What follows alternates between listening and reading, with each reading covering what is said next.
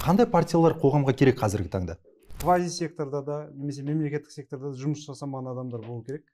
Ең ірі қылмыскерлер қазіргі таңда қамауға алған аманат партия мүшелері, дұрыс па? Ол жаңа олигархтардың партиясы солай ма? Мұхтар мырза, сіз партия құрайын деп жатырсыз. Мемлекеттің бәріміздің салық төлеушілердің ақшамыз шикізаттың сізді коррупциямен байланысты істі болған деп айтады, дұрыс па? Жиі айтылады. Жалпы жұрттың санасында когнитивті диссонанс тудыратын жағдай деп ойламайсыз болсын? Ары қарай айтайық. Мен сұрақ қойсам, маған да сөз беріңдер енді сендер. Мұхтар мырза, бір сұрақ. Жүргізуші сұрақ қойса, сосын барып сізге сөз берейік. Жер мен салық кодекстерінде мысалға Марғұлан Сейсенбаевтың бизнесіне керек өзгерісті енді былай айтқан кезде енгізіп беріп, бұл енді заң тұрғыда лоббистік қызмет көрсеттіңіз, сол қызметіңізге шамамен $390,000 шамасында гонорар алдыңыз деген ақпарат бар. 390,000 дейді. Ереке, мен саған мынандай ескерту айтайын.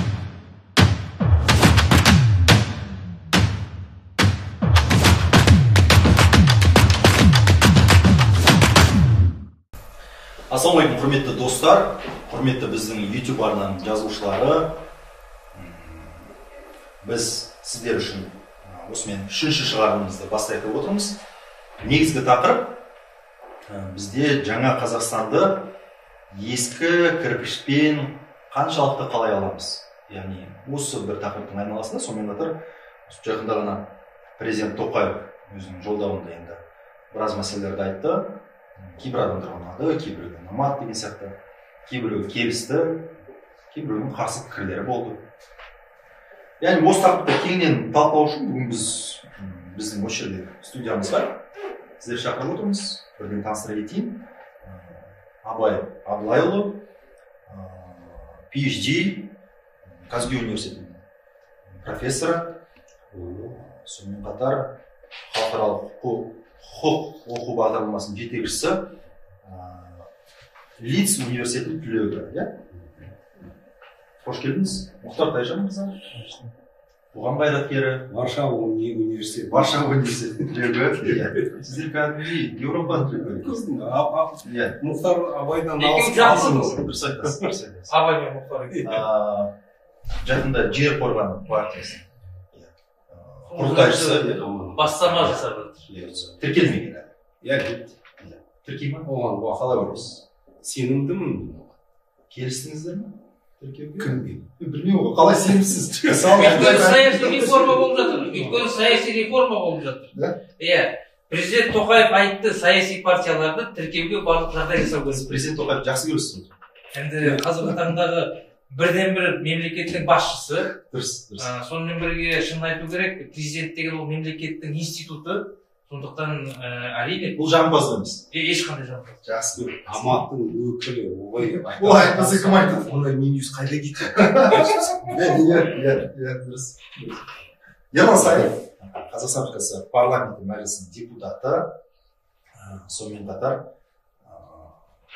қазіргі таңда сыбайлас жемқорлыққа қарсы қоғамдық кеңестің төрағасы. Сосын фракцияның орынбасары.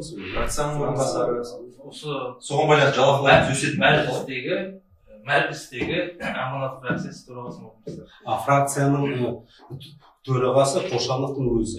Және депутат емес. Енді ешқандай үстеме жоқ. Фракцияның орынбасары болу үшін. Ешқандай үстеме жоқ. Бұның барлығы қоғамдық жұмыс. Жоқ, ешқандай привилегия емес. Ол миссия. Керемет. Енді мен бір кішігірім дисклеймер сіздер үшін. Енді сіздер публичный саясаткерсіздер. Менің кейбір пікірлерім сіздерге ұнамауы мүмкін. Кез келген соны. Енді мен бұл жерде біреуге бір жақтау немесе бір жеке басым жоқ. Ашық талқылауға тырысайық. Кез келген сұрақтарыңды дайынсыз. Ешқандай реніш болмайды. Мен осыны ғана естігім келген. Онда бірден бастайық. Енді жақында партияларды тіркеу бойынша, партияларды тіркеу бойынша 5,000-ға дейін түсірді. Бірден сол кезде Мұхтар Тайжан шықты партия шамында.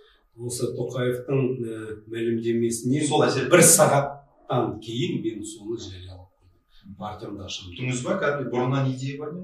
Бұрыннан идея болды, әлбетте, бірақ одан мына Тоқаевтың мәлімдемесіне дейін ондай мүмкіндік болмаған. Бірақ жер қорғану деген қозғалысымды мен бір жылдай бұрын ашып қойдым. Жоқ, просто ашып қойдым да, былай сайт ашып алдым. Түсінікті. Мысалы, сіз қазір Алматыдан келдіңіз, қателеспесем. Адамдар, халық жиналды сізге? Жиналды. Қалай, міндеттеп шақырасыз ба, мысалға? Ол міндеттеп шақыру үшін менің қолымда билігім жоқ қой. Мен кәдімгі студенттерге тапсырма беріп, жаңағы мұғалімдер жинап деген сияқты. Бұндай билігім жоқ қой. Ондай ешқашан. Ондай билік кімде бар бізде? Ондай биліктегі адамдардың қолынан болу керек. Бірақ мен биліктегі адамым жоқ қой. Сосын мысалы жақында күлкілі сұрақта. Ол несі күлкілі, ол шынайылық. Мысалы жақында Алматы партиясы Алматыда митинг өткізді. Ақпарат шықты, Ерболат, менің ана жиыныма студенттер емес, үлкен кісілер келіп отыр. Олар студент, олар Бақанастан келді, Сарыағаштан келді. Жолдың ақшасын жүреді. Ижоға Сарыағаштан келіп Кегеннен келіп отыр да. Сенгеннен келіп отыр да. Тіпті ана мүмкіндіктері шектеулі адамдар келді. Көрдің ба? Әрен екінші қабатқа барып отырып тыңдады. Қолдан плакат жазып берген жоқсыз. Жоқ. Жақында Алматыда мысалы Алматы партиясы Алматыда митинг өткізді. Студенттерді жинады. Ақпарат шықты, скриндар шықты, міндеттеген студенттерді. Ескі әдістермен сіздер жаңа Қазақстанды қалай құрасыздар? Тоқаев сондай тапсырма берді? Біз ешқандай міндеттеме болған жоқ. Онда ол қалай? Ана мысалы оны шынын айту керек. Өйткені біз ол жерге бардық. Біз ол жердегі қатысқан азаматтардың барлығының ішінде аралап жүрдік. Сонымен бірге сол жердегі қатысып тұрған азаматтардың барлығымен пікір алмастық. Сондықтан бүгінгі таңда мысалы үшін билік партиясы болғандықтан билік партиясының жауапкершілігі де көп болады. Оның бір билік партиясына сын да көп айтылады. Ол енді заңды нәрсе. Ал енді дәл сол митингке мысалы үшін ешкімді мәжбүрлеген жоқ. Мысалы үшін мен өз еркіммен бардым. Сол жердегі азаматтардың барлығымен сөйлестік. Барлығымен ашық айттық. Жігіттер, сендер осы жерге жоқ, біз осы өзіміздің ырқымызбен, сонымен бірге өзіміздің ниетімізбен, жолымызбен келдік деген сұрақтар сол жерде. Керісінше сол жердегі Орда сайтында Башкированың мысалға шығарған ақпараттарын қарасақ, журналистердің сол кезде оларды дәл солай барып сұраған, керісінше олар жауап беруден бас тартқан студенттер, біз арнайы бір автобуспен келдік деген ақпараттарды айтқан. Мен өзім дәл сол күні сағат 9-да 19 наурыз. Сағат 9-да бердім. Онан кейін сағат 10-нан бастап сол жерге бардым. Сол жердегі келіп жатқан жігіттердің барлығымен біз ашық жатқан әңгімелестік. Ешқандай мен өзім сол жерде жүрген кезде маған ешкім біреу мәжбүрлеп алып келді деп айтқан жоқ. Ол жерде студенттер ғана болған жоқ. Негізгі масса студенттер болған. Ол жерде студенттер болды, бірақ дегенмен де ол жерде осы азаматтағы көптеген жаңағы азаматтардың категориясының барлығы болды. Барлығы болды ол жерде. И жаңағы бүкіл азаматтардың көпшілігімен мен өзім жекеде сөйлесіп беріп шықтым. Мысалы үшін дәл маған бір адам бүйтіп айтқан жоқ. Кімнің идеясы болды солай өткізу? Енді бізге ешқандай ападан тапсырма түскен жоқ. Бұл енді партияның, Аманат партиясының басшылығының идеясы. Сіздер қолдадыңыздар? Әрине қолдау керек. Неге 19 наурыз?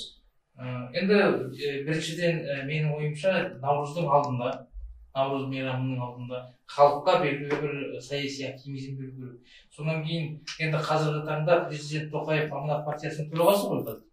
Сондықтан осы президенттің саяси реформаларын қолдап, саяси реформаларына белгілі бір жаңағы халықтың арасында түсіндіру жұмыстарын жүргізу керек.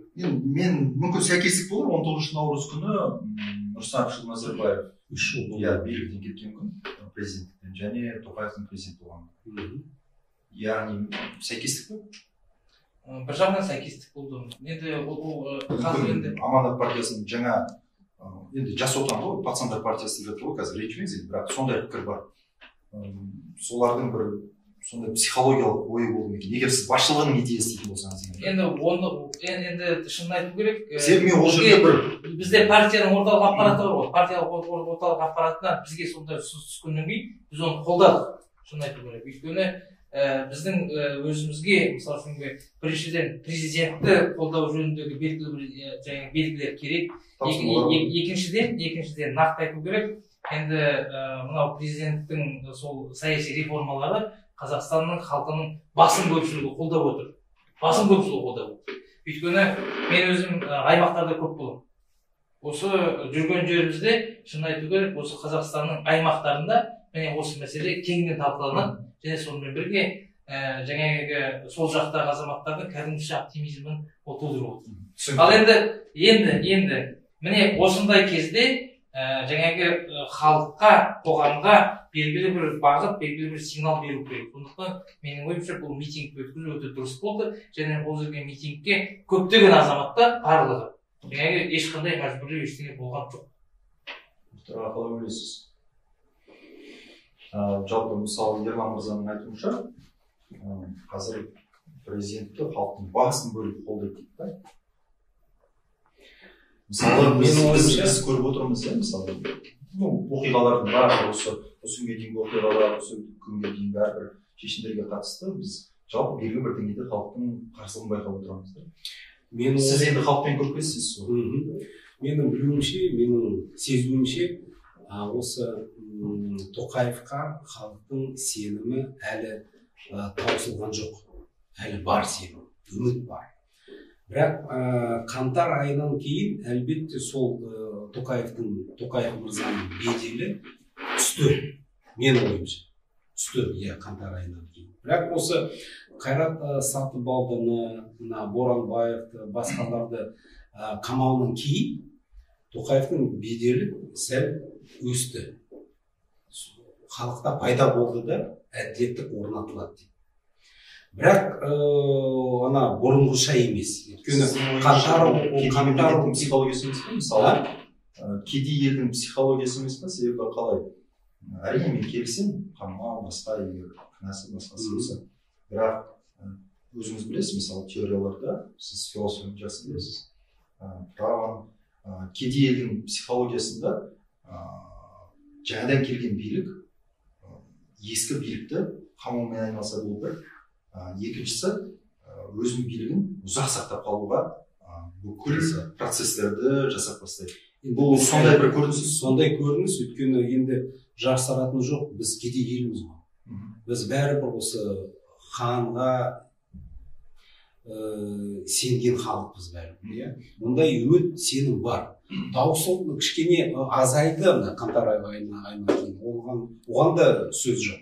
Бірақ та осы нақты Тоқаевқа әлі үміті бар екен халықта. Менің сезуімше осындай. Түсінікті. Сіз қалай қабылдадыңыз мысалға? Мысалы біз айтып отырмыз ғой, жаңа Қазақстанды ескі түсінікпен, ескі әдіспен, мысалға Алматыдағы аренада жастарды жинап, мысалға тигрді, басқа деп айтқызу, сосын жаңағыдай митингті қолдан ұйымдастыру мысалға. Менің ойымша да жасанды болып көрінеді. Өйткені спорт Алматы аренаны кез келген партияға ешкімге бермейді. Көбісі концерт болады деп білемін. Мен өткізген жиынымыз Ахметбек Нұрсила деген азаматтың меншігі, ол маған берді да. Әлбетте маған Алматы арена әзірше бермейді. Жасанды деп көрінеді маған. Рас. Бермейді деп отырсыз, сондай. Егер маған уақыт берілсе, мысалы, хабарландыру, жеткізу үшін мысалы, онда толтыруға болады деп ойлаймын. Үміттенемін. Бірақ әлбетте қалай деуге болады, Черномырдиннің сөзі есіме түсті де қазір. Кез келген партияны құрсақ та бәрібір КПСС болып шығады. Ондай күлкілі сөз болды. Әзірше енді аты енді ауыстырды ғой енді аманат, бірақ заты әзірше сол қалпыда болып тұр. Әзірше. Адамдар да сол, үкімет та сол, айтпақшы сол өзгерген жоқ. Бірақ көре жатармыз әрі қарай не болады. Бірақ ашық бәсекелестікке шығып, менің мақсатым аманаттың орнына отыру. Біздің партиямыз көпшілік болу керек. Аманаттан мына ерекенде мен осы орыннан ана жақта отырмыз. Сол секілді мәжілісте де біздің партиямыз көпшілік болып отыру керек деп есептеймін. Мәселе мынада. Біз өзіміз азамат ретінде, депутат саясаттанушы ретінде осы біздің елімізде саяси процеске көптеген азаматтардың қатысқанын қалаймыз. Одан кейін президент Тоқаевтың осы жолдауында сол президент айтты ғой, мынау партияны тіркеуді жеңілдету керек деп. Қазірдің өзінде 10 шақты әртүрлі топтар бар. Жаңағы осы партия құрамыз деп жүрген, талаптанып жүрген. Соның біреуі мысалы үшін Мұхтар, өзіміздің замандасымыз. Біз бұл мәселенің барлығын тек қана құптаймыз. Бірақ бұл мәселе Аманат партиясының саяси аренада кетеді деген мәселе емес. Негізінде бүкіл жаңағы төреші партияларға төреші. Ол бірақ төреші бар. Ол халық. Халықпен жұмыс істеудің технологиясы ол бөлек, шынын айтқанда. Сондықтан біріншіден біз бірінші жағынан біз осындай саяси жаңағы демократизацияны біз қолдаймыз. Екінші жағынан біз саяси бәсекелестікке біз дайынбыз. Ертең мынау ашық, сонымен бірге әділ сайлау болу керектігін біз өзіміз қамтамасыз етуге тырысамыз міндетті түрде. Және осы азаматтардың барлығымен бірге барып, халықтың алдына барып, сайысқа түсеміз. Мысалы, партияның 700 мыңнан астам мүшесі бар дейді. Кез келген шешімді қабылдайтын кезде халықпен ақылдасу керек, партияның өзінің ішкі мәселелері болады. Ішкі мәселелері бойынша партияның өзі. Ал біз сол жаңағы депутат ретінде, одан кейін жергілікті жердегі депутаттар әрине шешім қабылданған кезде міндетті түрде партиямен жаңағы халықпен ақылдасады. Мен бірақ мысал келтірейін. Енді Аманат партиясының біздің депутат болғанымызға көп болған жоқ, 1 жыл болды. Біз сол депутат болудың алдында да осы көшеде жүрдік. Партия мүшесі болған жоқсыз? Содан кейін мен партияға кіргеніме 1 жыл болды. Сол келдік, онан кейін жаңағы 1 жылдың ішінде депутат ретінде біз қандай жұмыс атқардық. Мен өзім азаматтармен жұмыс істеудің несін. Мысалы үшін сол партия маған шекаралық аудандардың мәселесін жаңағы ұсынды, осы мәселемен айналысу керек деп. Енді ол бұрыннан бері біздің өзіміздің жаңа айналысып жүрген мәселеміз болғандықтан мен оны өзім қабыл алып жүйелі түрде жұмыс істедік. Енді айтайын, міне осы 30 жылдың ішінде көптеген жұмыстар жүргізілмеген. Енді Шығыс Қазақстан облысының шекаралық аудандар туралы айтайын. Мысалы үшін Күршім ауданында Жауғашты бар, Зайсандағы Үйдене бар, Тарбағатайдағы жаңағы Қарғаба мен ана жердегі өзі Босша бар, сол жердің барлығында үлкен жаңағы платиналар. Олардың барлығына 30 жылдың ішінде ақша бөлінбеген. Міне 1 жылдың ішінде сол платиналардың барлығының жаңағы ремонтына, және капитальный ремонтына қазір біз үкіметпен тікелей жұмыс істеп жатырмыз. Бұл бірінші мәселе. Екінші мәселе, сол жақтағы мысалы үшін жаңағы бүкіл шекаралық аудандардың барлығын сол шекаралық аудандарды ашу жөнінде мәселе қозғап жатыр. Қазір сол мәселеде қазір біртіндеп шешіліп жатыр. Сондықтан біздің партия мүшелері, депутаттар осылай халықпен тығыз жұмыс істеп, халықтың діттеген мәселелердің барлығын қазір көтеріп отыр. Енді екінші мәселе, анау жаңа мен осыдан 2 ай бұрын сол жаңағы Шығыс Қазақстан облысының халқына барған кезде мен ешкімді жиған жоқпын. Депутат Сайыров келеді деген кезде Ақжарда 250 адам, Зайсанда 250 адам, Марқакөлде 300 адам, Қатон-Қарағайда 300 адам жиылды. Оны ешкім жиған жоқ. Бір нәрсе. Жоқ, тыңдайын. Оны ешкім жиған жоқ. Жеке мажоритарный депутат неге болмайсыз? Оны ешкім жиған жоқ. Өздері жиылды. Халық. Көрдің бе мәселе қайда? Маған әкімдер айтты, мен айттым, халық келем десе келу керек. Біз халықтың бүкіл айтқанын тыңдауымыз керек. Және халық қандай критика айта ма, оның ішінде сендерге жаңағы белгілі бір реніштер бәрін тыңдауымыз керек. Міне осы бүкіл жаңағы халықтың айтқанын барлығын тыңдап, біз өкіметке де қазір алдына мәселе қойдық. Осы келесі сәрсенбі күні осы бүкіл Қазақстанның жаңағы мәжілісінің депутаттарының мәселелеріне байланысты бізге өкімет отчетпен келеді. Сол жерде осы мәселені де қараймыз. Сондықтан қазір партияның ішіндегі жұмыс қазір міне осылай өзгерді. Енді қараңызшы, Ерлан мырза, партиясы жұмыс істей алмайсыз ба? Жоқ, ертең мысалы үшін мажоритарлық жүйе болатын болса, шығасыз ба? Партиядан шығасыз ба? Жоқ, мен партиядан шықпаймын. Өйткені енді партия бізге сеніп тапсырды ғой. Бірақ мажоритарлық жүйеге мен барамын. Сіз партиясыз адамдардың яғни бір орнын тартып алғандай болмайды ма? Мысалы, ол жерде 30% ғой, қателеспесем. 100%, 30%. Ол жерде партиядан шығып барып, мажоритарный неге сөз. Себебі қанша дегенмен партияның мүшесі болғаннан кейін, әкімдер болсын, жергілікті билік болсын, сайлауға барған кезде сізді партияның мүшесі ретінде қабылдайды. Бізді бүгін мысалы ол халықты алдау болып мәселе мынада. Партия бүгін бізге сеніп тапсырып отыр. Сол біз партияның айтқанын қазір істейміз. Мен Аманат партиясының мүшесімін.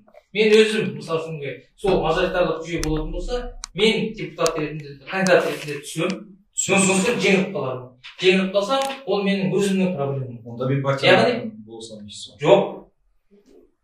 Жоқ, сіз партияның мүшесісіз ғой. Иә. Қараңызшы, Ерлан мырза, сіз партияның мүшесісіз, дұрыс па? Иә. Мажоритарлы сайлауға түсу үшін партияның мүшесі сізге ықпал береді ғой, дұрыс па?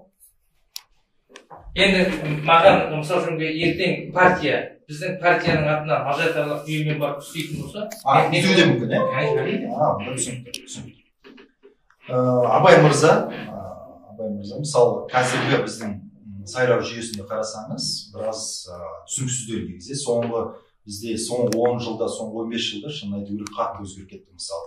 Тіпті анау президентке сайлауға түсудің өзінің 5 жыл мемлекеттік қызметте тәжірибе болу қажет екенін, мысалы, тіпті сен мәслихатта партияның атынан ғана түсетін сайлауға мажоритарлық жүйені өз жерінде алып тастады. Қазіргі президенттің мысалға осы ұсынысы соңғы жолдауда 70-30% дегені. Бұл аз ба, көп пе? Мүмкін 50% қажет шығар. Бұл сөзсіз аз. Оның келісуі дамыған демократиялық елдердегі жалпы жағдайға сай келмейді. Оның себебі не деген келетін болсақ, жалпы өзгерістерге қалай қарауға болады. Қандай да режим болмасын, кез келген режимде, кез келген жағдайда пайда табуға болады. Ең бастысы ол жағдайда қалай жұмыс жасайсың, адал жұмыс жасайсың ба, әлде адал емес ниетте жұмыс жасайсың ба, соған байланысты. 70-30-мен де жұмыс жасауға болады, 50-50 де жұмыс жасауға болады, толық бостандықпен де жұмыс жасауға болады. 100% бақылаумен де жұмыс жасауға болады. Араб елдерін алайық, 100% бақылаумен жұмыс жасайды, мәселен. Бірақ эффективті өмір сүреді. Экономикасы эффектив, пайдалы. Біздің жағдайға келетін болсақ, біз өкінішке орай бізде ондай тәжірибе болған жоқ. 30 жыл бойы көзіміз жауып келді, оны мойындау керекпіз. Сондықтан дәл қазір енді болып жатқан оқиғаларға қарап, бұл ең басты тақырыпқа келетін болсақ, бүгін кездесудің ескі кірпішпен жаңа Қазақстан құралымызға деген. Менің ойымша бұл бәрібір өтпелі кезең. Яғни билік оны түсініп отыр, толық 100%-ға өтіп кете алмайды, өтпелі кезеңге амал жоқ түсініп отыр. Яғни өзінің сөзі бар ғой, президенттің айтқан, болашақ президенттердің иелігіне қалдырып кетеміз деп, басқа өзгерістер. Ол мүмкін шынымен де қолынан қазір келіп отырған сол шығар. Шамасын келіп отырған. Иә, сондықтан барға қанағат тұтайық деп мен шақырып жатқан жоқпын қоғамда. Әрине, оған қанағат тұтпай, конструктивті түрде айтып керек болашақта өзгерістерге. Егер осы берілген өзгерісті біз алып кете алмасақ, ары қарай тиімді пайдаланамыз. Біз лайықты емеспіз онда. Дамыған қоғам мемлекет құру. Қалай ойлайсыз, Абай мырза, мысалға құқық тұрғысынан, мысалы ертең қазіргі күнде билік парламентте, мәжілісте басым ол Аманат партиясы, Нұр Отан партиясы, Нұр Отан партиясы. Басым көпшілігі солардың депутаттары. Ертең Ерлан мырза айтып отыр, егер яғни былай айтқан кезде ашық түрде ойын сценарийді көрсетіп отыр. Яғни ертең партия біраз адамдарға, яғни тізімнен алынатын біраз адамдарға мажоритарлы жүйені түсіндіруі мүмкін. Ал мажоритарлы жүйеде біздің қалағанымыз партияның мүшесі емес, таза, осындай өзінің пікірін ашық білдіріп бере жатқан азаматтар түссе деген ниет болсыз. Тәуелсіз, бұл қалай болады екен? Мысалға, сол партияның мүшесі болып тұрып, мажоритарлы жүйемен келіп, қайтадан депутат болса, сол бұрынғы парламент көз алдымызға келмейді ме? Жаңа басында постулатқа келер болса, қалай әрекет жасайсыз деп. Адал ма, әлде адал емес ниет ме? Адал емес ниет ол бұрынғы орынды бергісі келмейді. Яғни бұрынғы кірпіш сол күйінде қала берсем деген оймен болатын болса, яғни 30 жыл бойы құрған Нұр Отанның жас отанын алатын болсақ, бізде қазір үлкен алшақтық бар. Жастар, мен жастармен жұмыс жасаймын, жастар партиялардың бар екенін білмейді. Олар тек қана бір партияның бар екенін біледі. Кейбіреулер оның атын өзгергенін де білмеуі мүмкін. Қоғамда қандай пікір қалыптасты? Партиялар өзімен өзі жұмыс жасап жүрген сияқты. Яғни Қазақстан футбол сияқты өздерімен доп теуіп жүрген. Қоғам өз-өзімен. Иә, қоғам және де жастар деп алатын болсақ, жастар енді 30-дан төмен қарай деп алатын болсақ, оларға партияның көмегін көріп отырған жоқ. Енді себепке келетін болсақ, неге? Егер әр партия өзінің жас қанатын қалыптастырса, сол жас қанат сол ескі кірпіш дүниемен жұмыс жасап. Оның ойлау қабілеті, оның сөйлеу қабілеті, оның қағаз жазу қабілеті барлығы ескі кірпіш дүние. Ең басты тез жол, мен ойымша, жаңа партияларға 70-30 болған күннің өзінде де бір адам жалданса әр партияға, француздық, американдық, ұлыбритандық, керек десеңіз польшалық партиялар қалай жұмыс жасайды, қоғаммен қалай жұмыс жасайды, жастармен қалай жұмыс жасайды. Егер сол бір адамды жалдап соған жалақысын тиісті беріп отырса, программасын көріп көрсетсе, тиісті ыңғайлы алатын болатын болса, жастарға шығуға болады. Алайда жастарға жастардың тілімен шығу керек бар. Яғни интернетті жауып тастаймын деген лозунгтермен шықсаңыз, жоқ, сізді жабылып қалады. Неге? Өйткені жастардың досы тек қана қазір интернет, партиялар емес, бұрынғы кеңес үкіметінің адамдары емес, басқаша айтсақ, ескі кірпіш жақында партия мәжіліс соны қолдады, сол заңды мысалы. Иә, бұл жарияланған демокративті өзгеріске тікелей қайшы келетін заң. Мен оны тікелей эфирде де айтқан болатынмын. Осы эфирдің алдындағы айдостарым болса, маған мүлдем түсініксіз ол кісінің алғашында демократ болып, кейіннен осындай антидемокративті заңды қабылдауға толығымен қолдап, өзінің ұсынуы маған мүлдем түсініксіз. Түсіндірейін. Сендер демократсыңдар ғой енді, қазір түсіндіріп өтейін. Ереке, сен енді сөзін бөлмейшісің. Мынау жүргізуші бар, мен де тәртіпті сақтап отырмын, аяғына дейін абайды тыңдайыншы. Сосын барып саған сөз береді ол. Не деген осы аманаттық әдеті, басқаның сөзін бөлу. Біз аяғына дейін біздің партияласқа бастаған сөз береді ол. Аяқтасын өзі ойынды. Ойды аяқтайтын болатын болсақ, партия өзінің бір ізділігін көрсету керек. Яғни партиялардың барлығы қазір қиын жағдайда, неліктен? Өйткені 30 жыл бойы партиялық жұмыс жасау моделі қалыптасқан жоқ бізде. Демокративті модель қалыптасқан жоқ. Енді бізде үлкен өзгеріс болғаннан кейін демокративті жолға түстік дегеннен кейін партиялардың барлығында екінші үлкен қиындық түсіп тұр. Оларда тәжірибе жоқ, оларға енді демокративті жолға түсу керек. Яғни осы кезде ашық лозунгтармен немесе айталық ескі методикамен жұмыс жасау бұл қоғамды одан сайын алшақтатады. Дәл қазір біз жартылай болса да өзіміз әрбір партия өзгеру керек. Кем дегенде жартылай болса да өзінің методикасын, өзінің ойлау қабілетін, қоғамға шығу қабілетін. Сол кезде біз ашыламыз. Түсінікті. Жастар ашылады. Түсінікті. Ал сөзі аталды. Кезек менде болу керек. Сізге бірақ Вот, енді уже демократия айналып Мұхтар Мырза, егер әділ сайлау болса, міне, мен соны айтайын деп әділ сайлау болса, Аманат партиясы жеңеді деп есептейсіз бе? Есептеймін. Бәсекеге қабілетті емес пе? Қабілетті емес. Толығымен жеңеді. Қанша процент алуы мүмкін? Егер әділ сайлау болатын болса, Аманат партиясы ешқандай биліктің қолдаусыз жұмыс 10% алады. Өйткені бәрібір халықтың көңілі Нұр Отанға бәрібір қалып отыр ғой. Қалай болса 30 жыл енді жарайды, енді жақсылық та болды, мойындаймын, бірақ жамандығын да айту керек. Ол да Нұр Отан партиясының жұмысының нәтижесі ғой. Жемқорлық мысалы, соны емес пе? Ол бар ғой.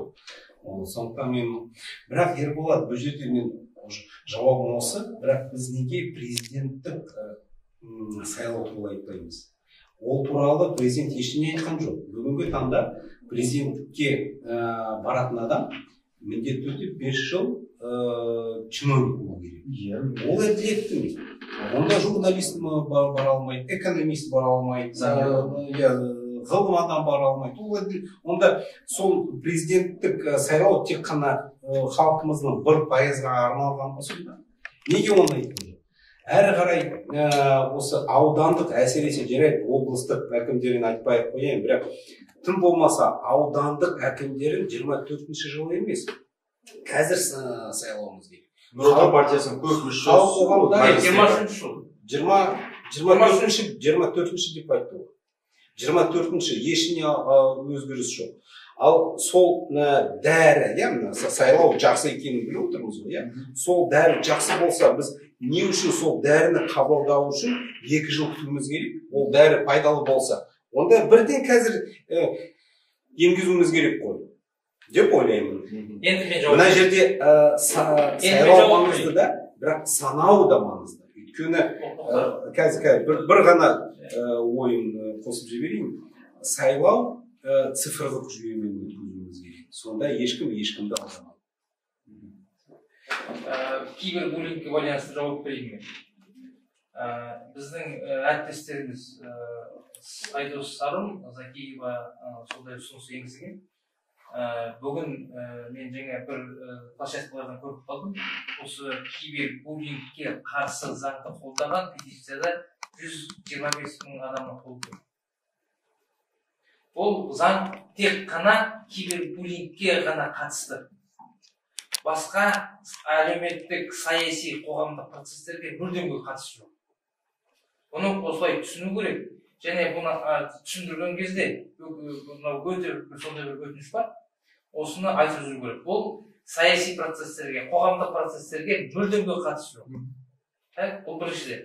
Екіншіден, және Мұхтар өзіміздің замандасымыздың мынау Аманат партиясының жеңілетіндігі жөнінде айта кетейін. Бүгінгі таңда ертең сайлау болатын болса, енді партия дегеніміз ол тек қана бір адам, екі адам емес, партия дегеніміз үлкен структура, партиялық құрылыс деген бар. Бүгінгі таңда Аманат партиясының және структурасының барлығы сақадай сай тұр, және сонымен бірге біздің бағдарламамыз осы қоғамның сұранысына байланысты өзгеріп отырады, және де ауылда, аудандық деңгейде, облыстық деңгейде көптеген әлеуметтік, экономикалық проблемалар шешіліп келе жатыр. Сондықтан менің ойымша сайлау болатын болса, енді аз болған кезде 55%-ті Аманат партиясы жеңеді. Өйткені бұл жердегі мәселе ол партияның мынау халық азаматтарға берген жаңа уәдесінің орындалуы. Бүгінгі таңда бүкіл жаңағы сайлау бағдарламасын зерттеп шықсаңыздар, қазіргі таңда 80%-дан төмен жоқ. Яғни орындалып келе жатыр. Оны жергілікті жердегі халықтың барлығы түсінікті. Ерлан мырза, мынадай сұрақта, жалпы біз тарихтан білеміз, кезінде елбасы Нұрсұлтан Әбішұлы Назарбаевтың тұңғыш қызы, үлкен қызы Дариға Назарбаеваның туған Рахатуллинмен бірге марқұм, Асар партиясы болған. Қазіргі мемлекеттік хатшы Ерлан Қарин соның негізгі идеологы болған.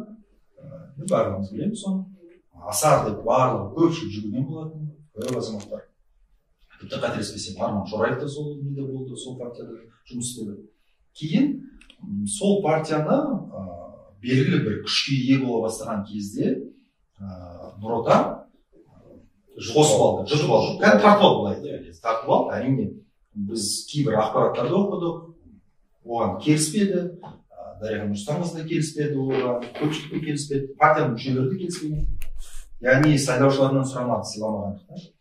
Соңғы уақытта біз көрдік, Адал партиясы өте бір белсенді жұмыс жасаған партияның бірі болды сайлаудың алдында, әсіресе әлеуметтік желіде Мақсат Толықбай бауырымыз бар, Олжас Ордабаев, Дәулеттен деген сияқты азаматтар. Басынан басталған кезде мен ойымда Адалда айтып отырсың. Адал партиясын Нұр Отан, бұрынғы Нұр Отан, қазіргі Аманат партиясы тартып алды. Мен ойымды айтайын, сіз мен ойымды тиіспесеңіз өтініш. Жұтып алды, бірақ мынадай бір ол түсінікті болды да басынан бастап жұтатын. Неге? Себебі сайлау болды, бір сценарий сияқты көрінді. Кейін мына Нұр Отанның жанынан құрылған комиссия бар ғой. Сол Нұр Отан партиясының жанынан құрылған комиссияда Адал партиясының саяси бюросының мүшелері, жеке партия ғой, сол Нұр Отан жанынан құрылған комиссияға барып мүше болып жүрді. Мысалы Дәулеттені бар, Мақсат Толықбай бар. Осындай бір халықтың көңілімен, халықтың сенімімен ойнау, бір орысша айтқан кезде халыққа издевательство емес па? Бұл кекесін емес. Біріншіден Ерболат, біріншіден жаңағы партияны жұтып қойды, партияны тартып алды деген терминмен өте сақ болу керек. Но енді басқаша қалай айтамыз? Мысалы, экономикада мынандай нәрсе бар. Мен ойымда айтайын, экономикада мынандай нәрсе бар. Келесі компания, мықты компания, келесі компания жұтып қояды, дұрыс па? Тыңдадық қой. Әрбір партияның вообще саяси процесс екі мәселеге бағынады. Норма және процедура. Одан басқа мүлдемге басқа сөздердің барлығында партияларда мүлдемге басқа ұғым жоқ. Егер нормасы мен процедурасына қарасаңыз, ана жерде де, мен Адал партиясының жаңағы мүшелерінің неге ондай инициатива жасағанын білмеймін, бірақ өздерінің еркімен, жаңағы өздерінің бюросын өткізіп, өздерінің съезін өткізіп, өздері кіріп жатыр. Бұл жаңағы біздің еліміздегі заңдарға, сонымен бірге ең негізгісі норма мен процедураға сәйкес келеді. Нағыз демократия деген осы ғой. Мәселе осында. Демократия дегеніміз ол норма мен процедура. Ал онан кейін олар қандай неліктен ол шешім қабылдады? Ол жағын біз білмейміз. Өйткені жасанды партия болды да алдын ала. Енді ол жаңа олигархтардың партиясы солай ма? Құлыбаевтың партиясы деп айту керек қой. Сондықтан ал олардың неге кіріп жатқан, оны мен қазір сіздерге олар үшін жауап бере алмаймын. Сіз таңғалдыңыз өзіңіз, иә? Ол үшін мен сіздерге жауап айтпақшы, сол партия жерді жекеге сатуға дайын болды ғой, айтпақшы. Иә. Естеріңізде болса. Мен былтыр оны жазғанмын. Алмазбек Садырбаев бар айтпақшы. Иә, әлбетте. Адал партия жерді сатуға, жеке меншікке сатуға дайын болды. Мұхтар мырза, сіз партия құрайын деп жатырсыз. Ел қорғаны, жер қорғаны. Не үшін партия құрып жатырсыз мысалға? Сізде аманатқа, мысалы, бір жыл бұрын Ерлан мырза, егер мақсатыңыз депутат болу болса, мысалы, сайлауға қатысасыз алдағы уақытта. Ерлан мырза сияқты, мысалы, бір жыл бұрын партия мүшесі болдым деп отыр ғой. Партияның мүшесі болып, депутат бола салуға болушы еді. Немесе екінші бір сұрақ, мысалы, дәл осы жер қорған партиясы ертең Адал партиясының кейпін кимейді ма? Яғни аманат партиясына қосылып кетуі мүмкін ба? Біздің партиямыз ба? Онда мен неге осы жылдар бойы Нұр Отанға кіріп кетпедім ендеше? Сол емес пе? Неге бір жылы бір кабинетке отыра алмадым? Не үшін партия? Менің достарым да, таныстарым да, туыстарым да бар ғой ана. Құлыбаевтың қасында жүрген туыстарым бар керек болса, дұрыс па? Мүмкіндігім болды ғой сондай. Онда мен баяғыдан бері ана жерде бір отырушы едім. Сондықтан біздің партиямыз адал болады халыққа. Біріншіден, екіншіден, қандай қажеттілік туындады дегенде партия құруға? Мысалы, мажоритарлық системамен де депутат болуға болады. Өте орынды сұрақ. Мен осы 5-6 жыл мына жұмысшы топтарға барып, кірісіп, жұмыс істеп жүрдім ғой. Мен түсіндім. Үгіт насихат, түсіндіру, ол бәрі энергия көп кетеді да, ал бірақ та нәтиже шамалы. Сол үшін біз билікке келуіміз керек. Ерекең ренжімесін, біз Аманаттың партияның орнына біз отыруымыз керек деп есептеймін. Маманы білім жағынан, тәжірибе жағынан ешқандай кемшіліктеріміз жоқ. Халыққа адал болдық осы жылдары. Сен мені бір 12 жылдай танып жүрсің, дұрыс па? Менің көз қарасым сол қалпыда. Ешқашан өзгерген жоқ. Айтпақшы, осы соңғы сайлауға, былтырғы сайлауға, Нұр Отаннан қатысуға маған да ұсыныс тасталынды. Тасталынды ма? Тасталынды. Мен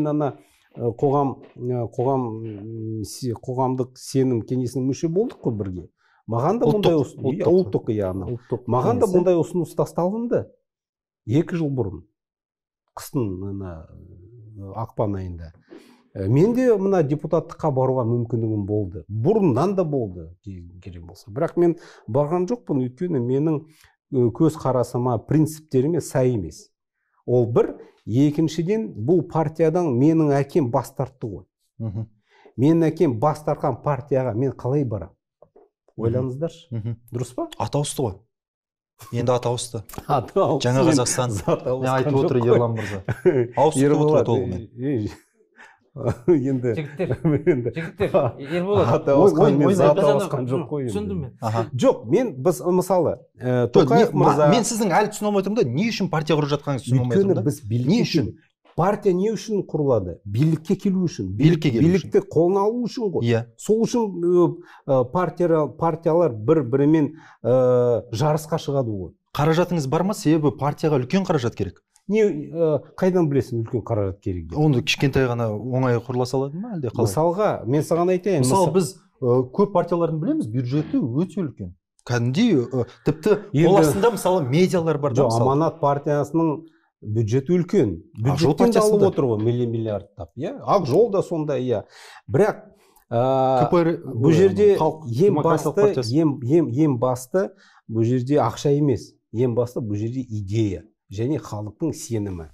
Бүгінгі таңда Құдайға шүкір, мына цифрлық технологиямен пайдалануға болады. Фейсбугымыз бар, ютубымыз бар, инстаграмымыз бар. Халыққа өз ойынды жеткізу үшін қазір газетті ұстау қажеті жоқ. Дұрыс па? Мына тегін ғой ақпарат. Тегін. Мен ақшасыз деп айтуға болады, жиынды өткіздім. Барып тұрам, бензин кетеді әрі кетсе. Дұрыс па? Жұмыс жасауға кезінде Әміржан Қосанов та солай істеді. Қалың қаражатсыз да жұмысты атқаруға болады бүгінгі таңда. Болады. Ал кейін мысалы значокты шығару, тағы бірдемен шығару керек болса, ол көп ақша кетпейді. Мына блокнот немесе тағы бірдемен шығару үшін көп ақша кетпейді. Біздің партиямыз ешбір олигархқа тәуелді болмайды. Оны мен ашық айта аламын. Ешбір олигархқа біз тәуелді болмаймыз. Біз тек қана осы халықтың сенімімен көңілінен шығуымыз керек та. Халыққа не керек, біз соны жасауымыз керек.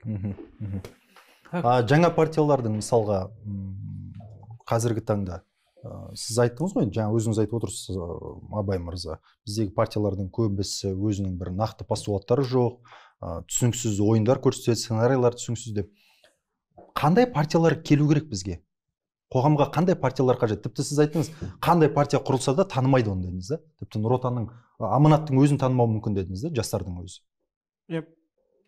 Қандай партиялар қоғамға керек қазіргі таңда? Қандай партиялар келу керек?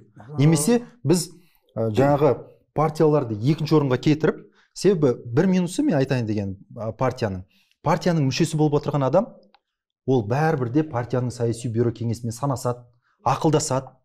Ол пікірін айтатын кезде жеке өзі айту өте қиын.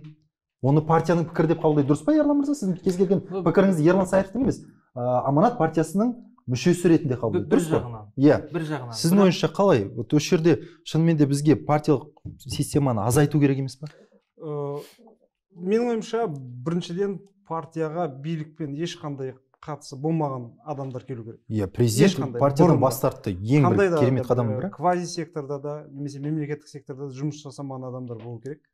Біріншіден. Екіншіден, ол адамдар шын ниетімен ол партияны құру керек. Ол бизнесмен, ол жүргізуші, ол әнші, ол оқытушы, ол ғалым, ол спортшы. Барлығының идеялары ешқандай да бір жаңағы бірақ мақсаты болу керек. Мемлекеттік қызметте істеген болмау керек, сонда? Иә, бұрынғы партиялар сияқты мен мүлдем жұмыс жасамаймын деген идеямен келсе, ол қолдауға ие болады, менің ойымша. Біздің партиямыз туралы айтып отыр ғой. Егер сіз айтып жатқан жаңа құр лозунгке айналып кетпейді ма деген сияқты болатын болсақ, мәселен Қырғызстандағы сайлаудағылар, немесе Украинадағы сайлаулар көрсеткендей, оларда 100-ден асып кетті партиялар. Иә, 200-ден асып кетті. Иә, оны біз қайталауымыз мүмкін, сөзсіз. Бірақ оны қайталамай біз оның дұрыс емес екенін қайдан білеміз? Сөзсіз даму барысында біз одан өту керекпіз. Бұл жерде мынандай мәселе бар. Біріншіден саяси дәстүр деген бар.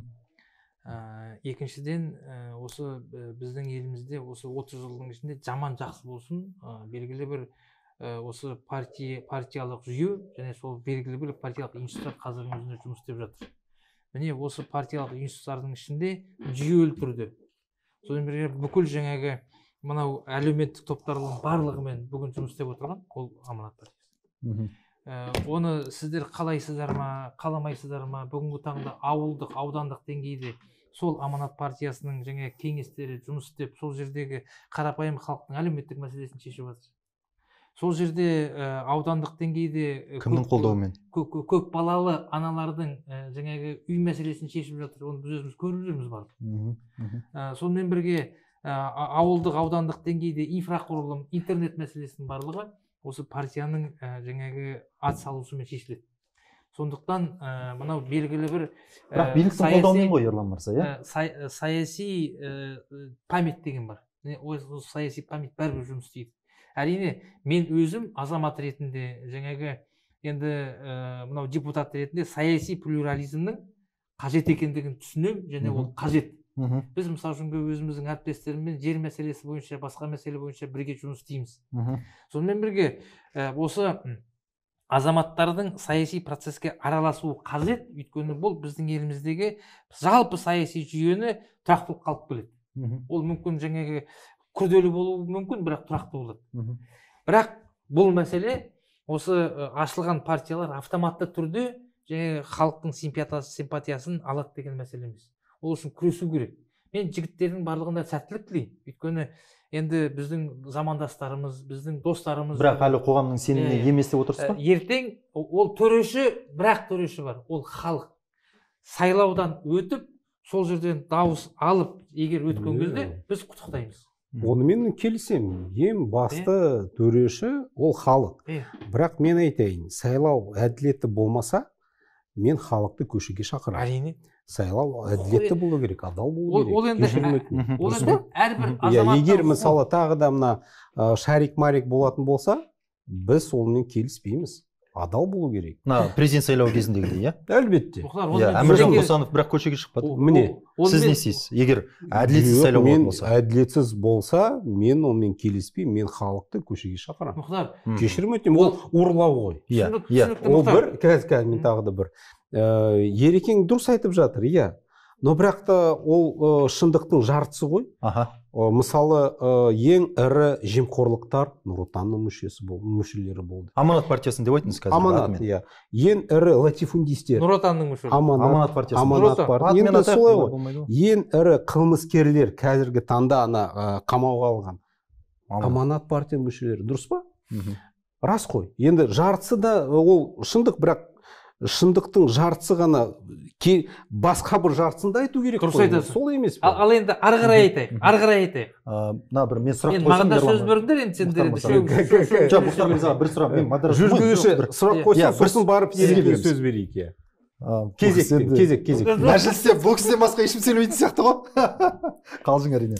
Қараңыз, Мұхтар мырза, жаңа Ерлан мырза айтып қалды да, барлық жерде Аманат партиясы үлкен істер атқарып жатыр деп та. Бұл таза бәсекелестіктің арқасында ма? Жоқ, әлде саяси монополизм болуы ғой. Биліктің арқасында, биліктің қолдауының арқасында. Әлбетте, ол мемлекеттің ақшасымен, мысалы, жолдар, ауруханалар, мектептер, ол Нұр Отан Аманат партиясының ақшасы емес, ол мемлекеттің бәріміздің салық төлеушілердің шикізаттың. Солай емес пе? Иә. Енді қараңыз. Енді президент партиядан бас тарттым деп жатыр. Иә, айтты. Тіпті партиядан шығады, және төралықтан да бас тартады. Иә. Қазір енді ана кезінде Жас Отанда жұмыс істеген, жастар саясатын басқарған, пацандар партиясы деп жатыр ғой. Яғни сол басшы болып қала беретін сияқты. Енді менде сұрақ. Әкімдер, сіз айтпақшы, барлығы шығады, министрлер шығады. Шығу керек деп айтты. Осының барлығы осыдан кейін шынымен де Ерлан мырза айтқандай 55%-ды жинау мүмкін бе? Енді мен өз пікірімді айтып кеттім ғой. Менің ойымша Аманат партиясы осындай қолдаудан айырылса деп, 10% алады да, 10% алады менің ойымша. Енді 0 емес, бірақ 10% алады деп ойлаймын. Енді маған сөз бересіңдер. Әрине. Мынау жаңа саяси модель, жаңа саяси мәдениет қалыптасып жатыр ғой. Енді президент өзі айтты, мен партиядан шығамын. Және осы әкімдердің барлығы партиядан шығу керек деп. Енді ол бізге 2 ай ғой деймін, андай заң бойынша. Беймәлім енді. Алдыда 1-2 съезд бар осы партияның. Қазіргі таңда менің объективті, менің өзімнің региондарға барып жүрген кезде менің өзімнің картинам бар бүгінгі тағыда мынау осы аманат партиясына қатысты. Енді Мұхтарда жаңағы адамдармен кезігеді ғой, біз де адамдармен кезігеміз. Олар Ерлан Сайыровты больше сыйлайтын сияқты. Және біз кезіккен кезде тұлға ретінде. Жоқ, енді бәрібір біз Нұр Отан партиясының атынан барамыз ғой. Аманат партиясы. Аманат партиясының, иә. Міне сол барған кезде бүкіл жаңағы азаматтардың барлығы олар бізге сенім артып, кәдімгі өздерінің проблемаларын айтады, және де сол проблемалардың барлығын біз кәдімгіше шешеміз. Бұл тек қана жаңа Шығыс Қазақстан облысы емес, бүкіл Қазақстанның жалпы территориясында қазір осындай жұмыстар жүріп жатыр. Ертең Аманат партиясы мынау саяси аренада жаңағы қалған кезде оның ішіндегі структурасы, оның ішіндегі активистері, оның ішіндегі жақтастары, олардың барлығы қазір отыр, олардың барлығы жұмыс істеп жатыр. Сондықтан біз өзіміздің 50%-дан артық дауыс алатынымызға қазіргі таңда біз сенімдіміз. Ол ешқандай әкімшіліксіз, әкімшілік ресурссыз. Ешқандай әкімшілік ресурстың қазіргі таңда ешқандай қажеті жоқ. Бүгін сайлау болатын болса, біз әрине, міне Мұхтар бар, Азаматхан қазір шығып жүр партия, экологиялық партия құрамын деп. Бірнеше жыл болды ғой. Мен мысалы үшін өзім всеми фибрами души осы жігіттердің саясатқа араласқанын қалаймын. Өйткені бұл жігіттер біз өзіміз бір поколение. Екіншіден көтеріп жүрген жаңағы мәселелердің барлығы мемлекеттің мүддесіне сәйкес келеді. Бірақ партия ретінде әрине біз күресеміз. Онан кейін біз парламентке, жергілікті жерлерге өзіміздің депутаттарымызды ұсынатын боламыз.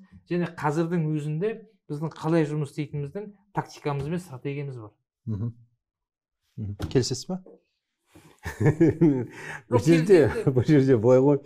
Мысалы, жағымпаздықты, иә? Жағымпаздық ол кәдімгі осы Аманат партиясының бір дәстүрге айналып кетті. Кім? Мысалы үшін кім? Кім жағымпаз дейді? Енді жағымпаздар көп қой, ана Атырауда әкімнің орынбасары бір танымал. Ол енді бұрынғы Нұр Отан партиясының. Бұрынғы, бірақ бәрі сол ғой партия. Бұрынғы Нұр Отан партиясының. Қазіргі, окей, Аманат партиясы қазіргі, иә? Бұрынғы деп отыр. Мысалы, бірақ мынандай нәрсе болмау керек та, менің ойымша. Сен қазіргі партияның, маңызды емес, сен сол партияның мүшесі бола отырып, өткен нәрсеге жауапкершіліктен қашу деген болмайды да. Біріншіден, және де бұрынғы дей бересіз. Иә, бұрынғы, онда сіздер ашық айтуыңыз керек. Ана 20-шы съезд болды ғой, ана Совет одағының кезінде, иә. Онда былай, біз осыған бұдан бұрын болған нәрселерді түгел қаламаймыз, құптамаймыз, мысалы, иә? Мұхтар. Мен айтып берейінші. Мысалы, Еуразиялық одағына кіру, ол Нұр Отан Аманат партиясының тірлігі болды ғой. Дұрыс па? Онда сіздер айтуыңыз керек. Біз қаламаймыз, біз мынаны бәрін сыпырып тастаймыз, құптамаймыз, жаңадан бастаймыз деп айтуларыңыз керек деп ойлаймын да. Онда мейлі. Бірақ сіздер ондай жасамайсыздар ғой. Және сонымен қатар маған жауап беруге рұқсат бар. Бәрібір қазір аяғынан айтып берейінші. Бәрібір ана Нұрсұлтан Назарбаев тарихи тұлға деп айтып отырсыздар. Қошанов мырза айтты ғой. Мысалы ана ел басы туралы заңды өшіріп тастамайсыздар. Неге деп журналистер сұрақ қояды ғой Қошановқа. Қошанов айтады, ол тарихи тұлға. Жарайды, Кеннеди, Черчилль, басқаларда тарихи тұлғалар болды ғой. Олар туралы арнайы заң жоқ қой. Президент туралы заң бар. Жоқ, оларда да президент туралы заң бар, консоқтырудан қорғайды. Но бұл жерде именно осы отбасы туралы ғой, нақты Назарбаевтар жауапкершілікке тартылмайды деген заң ғой. Сонда сол бұяқ қана отбасы заңның жоғары тұрады да. Ой, болмайды ғой. Онда сіздер айтуларыңыз керек. Біз бұл заңды қазір өшіріп тастаймыз. Заңның алдында барлық Қазақстандағы отбасылар заңның алдында тең болады. Сонда мен құптар едім, міне. Және бір момент қоса кеткенде Ерлан мырза. Мен жауап берейін ғой, қосыласыңдар ма? Әрине, бір минут сізге ойыңызға. Сіз мысалы айтып отырсыз ғой, мысалы жаңағы Хаменова ғой айтып отырғандарыңыз. сол кісі ол бұрынғы Нұр Отанның деп отырсыз да. Егер біз жамандықтың барлығын бұрынғы Нұр Отан тірлігі десек, онда жақсылықты да бұрынғы Нұр Отан тірлігі деуіміз керек. Бұрынғы жақсылықтарды да. Және оны мысалы ол қазіргі аманаттың түгелімен ол бұрынғы жақсылықтардың барлығы мына делимитация басқа бүкілі солай деп айтуларымыз керек та. Енді мен жауап бере болсақ па? Әрине. Біріншіден эволюциялық өзгерістер болады. Эволюциялық. Біз мынау 30 жылдық бүкіл жаңағы тарихымыздың барлығын саяси тарих болу үшін қазір біз ешқайда лақтырып тастай алмаймыз. Оның ішінде өздеріңіз айтқандай жақсылық та болды, жамандық та болды. Дұрыс қой. Мысалы үшін елбасының мынау границаны нетін біз қазір тарихтан өшіріп тастай алмаймыз. Онан кейін мен сіздерге бір нәрсе айтайын. Мен 92 жылдан бастап, 91 жылдан бастап осы армиядан келгеннен кейін мемлекеттік қызметте болдыңыз ғой? Жоқ, мүлдемге. Мен мемлекеттік қызметте 2-3 жыл болдым, 4 жыл, одан көп болған жоқпын. Мен сол кезден бастап мына қоғамдық жұмысқа араласа бастадық. Сол кезде Азат деген қозғалыс болған. Мен Шығыс Қазақстанның Азат қозғалысының төрағасы болдым. Шығыс Қазақстанның. Сол кезде мынау жаңағы әртүрлі әсіресе ресми газеттерде Қазақстан ешқашан мынау унитарлы мемлекет бола алмайды. Мемлекет болуға қабілеттілігі жоқ. Өйткені Қазақстанның бүкіл облыс орталықтарының барлығы шетінде орналасқан. Және мынау астанасының өзі Қазақстан шетінде орналасқан деген материалдарды ресми газеттер шығаратын. Мен сол кезде таңғалып өзім соларға хат жазатынмын. Какое вы имеете право? Сол кезде мысалы үшін казахстанское правда болды. Мен сол әлі есімде. По-моему, Михайлов деген бір редактор болған. Михайлов. Да, какое вы имеете право подвергать сомнению деп мен ана жақтан хат жіберетінмін. Сонан кейін бір 2 жылдан кейін мысалы үшін осы Астананы сол кездегі Ақмола қаласына көшіру жөніндегі идея пайда болды. Бұл біздің елімізді кәдімгі геосаяси тұрғыдан қорғап қалды. Біз оны есімізде сақтауымыз керек. Сол жаңағы Астанаға шешім, мынау көшу жөніндегі шешім қабылданғаннан кейін, міне Қазақстан мемлекет болуға қабілетсіз деген жаңағы материалдар тоқтады. Мәселе осында. Сонымен бірге елбасының жаңа қателіктері де бар. Оны неге біз айтпаймыз? Жаңа оның бәрін Мұхтар айтып кетті ғой. Енді семьясына ие бола алмай қалды мысалы үшін. Одан кейін жаңағы қазір әртүрлі активтер туралы мысалы үшін айтып жатыр. Біз мынау тарихтың жақсы жағын да жаман жағын да айтып отыруымыз керек. Бірақ ол кісі осы біздің мемлекетіміздің жаңағы мынау нық басуына өзінің үлесі болған. Ал енді саяси тұлғаларға келген кезде біз осы комплексті жақсы жағын да жаман жағын да айтып отыруымыз керек. Ал енді жаңағы біз мысалы үшін айтып жатырмыз ғой, қазір Мұхтар айтып кетті оны. Қандай қадамдар жасалып жатқан. Енді қазір коррупцияға қарсы күрес мысалы үшін. Онан кейін мынау елімізді демократизациялау. Осының барлығын қазір сол президент Аманат партиясының төрағасы деп жатыр. Және сонымен бірге жаңағы сол сондай коррупциялық фактілерге күресуді мысалы үшін фракция ретінде біз айтып жатырмыз. Мен бір сұрақты қояйыншы осы. Міне. Бар ғой. Ереке, от қара. Астана осы қаланың, астанамыз енді. Астанамыздың атауын қайта Астана немесе Ақмола неге қоймасқа? Онда Тоқаев өзінің шешіміне өзі қарсы шыға ма? Неге шықсын, несі бар? Неге әуежайдың атауын өзгертпеске? Неге мына Алматыдағы Фурманов, Назарбаев деген көшенің атауын өзгертпеске? Ол бәрі осы жеке тұлғаға бағыну деген саясат емес пе? Ол бәрімізді кемсіту емес пе ол?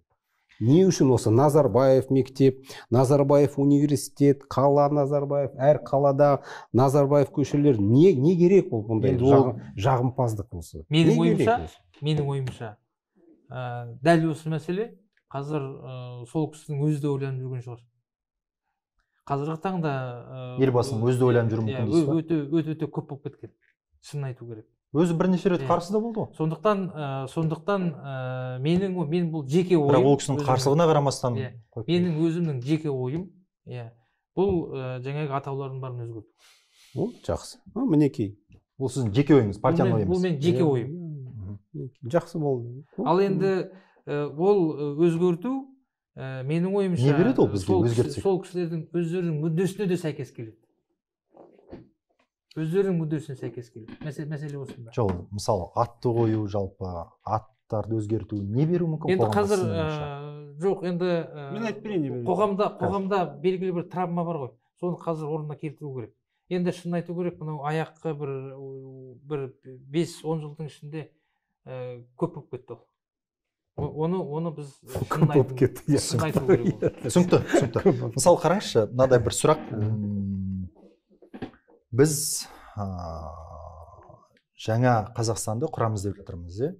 Бізде ескі Қазақстанда Евразес, кезіндегі Мұхтар Тайжанның қарсы шыққан кедендік одақ, тағы да сол сияқты заттарға біз басыбайлы кіріп кеттік. Қалай ойлайсыз, жаңа Қазақстанда бір осыған бір шығу процесі? Себебі мен бұны не үшін айтып отырмын? Бізде қазір геосаяси ойындар өзгеріп жатыр. Ахуал өте үлкен өзгеріп жатыр. Оны менің ойымша биліктің өзі де біліп отыр. Өзі де байқап отыр. Өйткені кеше ғана президент әкімшілігінің бірінші орынбасары Тимур Сүлейменовтің берген сұхбатына кеше шықты ғой. Европалық одаққа қатысты сұхбатында сол жерде сәуірдің кеше шықты. Әзілі болмасын. Әзіл емес, ол кеше шықты. Және өзі менің естуімше дәл осы биліктегі таза адамдардың бірі, сонымен қатар кезіндегі мына ізберге қатысты шешімде апының ішіндегі қарсы шыққан адамның бірі мысалға кезінде. Енді мен ойымды аяқтайын. Мынаны қараңызшы, соның өзі айтты, біз ойланамыз. Яғни бізге онымен бірге болу керек па, болмау керек па, оның өз сұрақтар бар деген сияқты. Яғни осындай бір пікірлерді білдірді. Осылай қабылдауымыз керек пікірін, егер біз оны таратып айтатын болсақ. Қалай ойлайсыз? Жаңа Қазақстанда біз осындай қадамдарды жасауымыз мүмкін ба? Себебі бізге ертең батыс болсын, Еуропалық одақ болсын, бізбен бірге жұмыс істескің келсе, онда сен Евразестен шық деп талап қою мүмкін, кедендік одақтан шық деп талап қою мүмкін. Қазір біз мысалға Транскаспийский бойынша жеке кеше ғана Тенгринюста шықты, ресейсіз жеке қадамдар жасайық деп жатырмыз мысалда. Өзбекстанда сауда қарым-қатынастар бойынша жеке қадамдар жасап жатырмыз. Қандай зиян алып келуі мүмкін? Қандай плюс алып келуі мүмкін? Және бұған қатысты сіз халықаралық құқық маманы ретінде Ресейдің ойы қандай болуы мүмкін? Сұрақ өте тереңде жатыр. Мұның тарихи, экономикалық, құқықтық жауаптары бар. Бірінші оны неден бастағым келіп тұр? Жалпы халықтың менталитетінен, жалпы адамға, хомо сапиенске тән бір қасиеттермен. Біріншіден, адамға қарын аша бастаса, адам ашулана бастайды. Біздің қалтамыздан ақша кете бастаса, біз ашулана бастаймыз. Билікке қарсы шыға бастаймыз. Сөз айтамыз, сөзге көнбесе көшеге шығады, оны біз көрдік. Осы кезде мен айтқым келіп отырғаны, бұл маңызды емес, қандай саясатпен біз ЕАЭС-қа кірдік, қандай саясатпен біз шығуымыз мүмкін. Ең бастысы, біздің өзіміздің ерекшелігіміз, біз көшпенділік бізде қанымызда бар. Біздің мемлекетіміз көшпенділікпен құрылған, біздің мемлекетіміз мойынсұнбаумен құрылған. Шайбанидтерден бөлініп, Өзбек хандығынан. Кереймен Жәнібек бөлек алып шыққан. Бізді ұстап тұру мүмкін емес. Біз ары-бері жүреміз. Біз талап етеміз. Біздің ерекшелігіміз осыда. Енді экономикалық себеп ұра бастаған кезде мемлекеттік бюджетті мұнайдың ақшасының қазір қайда екенін білмейді мемлекет. Оны шын айту керек. Парламентке де жауапты емес, мұнайдағылар, есеп комитетіне де жауапты емес. Білмейміз. Сіздер сұратасыздар ма? Осы кезде билікке қанды қаңтардан шыққан билікке халық сұрап отырса, ақшам қайда менің деп, билік не істейді? Амал жоқ. Билік амал жоқ, экономикалық себептермен өзінің досын бұрынғыдай дос болып келген, енді одан алшақтай бастайды. Яғни мен Ресейде айтып отырмын, Мәскеуде. Экономикалық себептермен біз алшақтаймыз. Тек қана жаңағы менталитеттік себептермен емес. Шығуымыз мүмкінге деген келетін болсақ, кеше Арман Шораев айтты, біз уақытша тоқтата тұруымыз мүмкін деп отыр. Онда тұрған ештеме жоқ. Бұл ең бастысы біз қазір Қазақстандық билік күтіп отыр. Қаншалықты бізге аю өзінің тісін көрсетеді. Тісін көрсеткен замат сол моментте біз шығып кетуіміз мүмкін ЕАЭС-тен. Егер ол тісін көрсетпей бізбен келіссе, біз сіздер... Яғни барлығымен ойнай беріңдер. Ойнай беріңдер деп келіссе, әрине бұл жерде басқа да ойыншылар бар екенін ұмытпау керек. Қытай бар, Түркия, Еуропалық одақ деген сияқты. Соның барлығының келісімінің негізінде бізге бір нейтралдық статусқа келіссе, бізге қала беруге болады. Егер оған келіспей шынымен де тісін бір көрсетсе, біздің билік қазір шығып кетуге дайын отыр. Неліктен десеңіз, мен қарап отырған бұқаралық ақпарат құралдарында бұл соңғы аптада өте көп айтылып келе жатыр ЕАЭС-тен шығу туралы. Бұның себебі бар негізі, бұның себебі шынымен де талқыланып жатыр. Бұл үлкен месседж Москваға. Біз шығамыз, сіздер бізге олай қыспаққа ала бермеңіздер. Мұнда себеп көп. Менталитет, тарихи, экономикалық, құқықтық та себеп бар. Егер сіз өзіңіздің туысқаныңызға шабуыл жасасаңыз, бізге сөзсіз жасай саласыз. Бізге тұрған таңдау жоқ. Сондықтан осындай себептермен біз әрине шыға аламыз. Ары қарай не істейміз де, ары қарай әрине модельдер бар. Егер модельдер керек болса айтып берейін. Әрине. Мен күте тұрайын әрине. Сіз ұрсып сөз аласыз, қайта ашыламай. Ерлан мырза, сіз қолдайсыз. Бұрышқа отырғызып қойдыңдар. Мен емес ол. Мұхтар мырза. Шетке отырғыздық қой. Сізді шетке отырғызған бұл. Содан кейін жоқ Ерлан мырза, мен сізді төрге отырғыздым. Мұхтар мырза сізді шетке отырғызды. Ал енді жер қорғаны. Жоқ, енді Мұхтар екеуміз келісеміз. Ал енді жаңағы осы мәселе бойынша айта кетейін. Енді мынау билікке әсіресе көп адамдар айтады ғой, осы ренішін айтады. Неге мынау Евразиялық одаққа кірді деп. Саясаткерлердің, онымен барлығы келісетін шығар. Саясаткер айтуым керек, оны айтпаса болмайды. Саясаткерлердің ең негізгі миссиясы мемлекеттің ішіндегі халықтың бейбіт өмір сүруін қамтамасыз ету керек. Бұл ең негізгі мәселе. Яғни сол жердегі біздің туған туыстарымыз, біздің бауырларымыздың ашық аспаны және азаматтардың бейбіт өмірі. Міне осы 30 жылдың ішінде мынау Евразиялық одаққа кіру Қазақстанға бейбіт өмірді алып келді. Айдостарым да дәл осылай айтты. Енді қазір геосаяси жағдай өзгеріп кетті. Оны өздеріңіз көріп отырсыздар. Ресейге жасалған санкциялар вторичный санкция деген бар. Ол өте қиын нәрсе. Бізге келеді. Вторичный санкция бізге келеді міндетті түрде. Сондықтан қазіргі таңда Қазақстан өзінің экономикалық мүдделерін қорғау керек. Оны қазірдің өзінде қазір өкімет оны істеп жатыр. Енді не істеу керек? Шығу керек па? Ең негізгісі мынау қазірдің өзінде мұнайдың жаңағы маршруттардың өзі қазір ақырындап өзгеріп жатыр. 97% бізде Ресей арқылы өтеді екен. Бұл сұмдық қой негізі. Жоқ, мәселе мынада ғой. Одан басқа альтернатива болмады ғой. Неге болмады? Баку-Джейхан арқылы жіберуге болады. Иран арқылы жіберуге болады. Қазір міне сол жаңа бағыттардың барлығы қазір қарастырылып жатыр. Енді ол 20 жыл бұрын қарастыру керек еді. Дұрыс айтасың.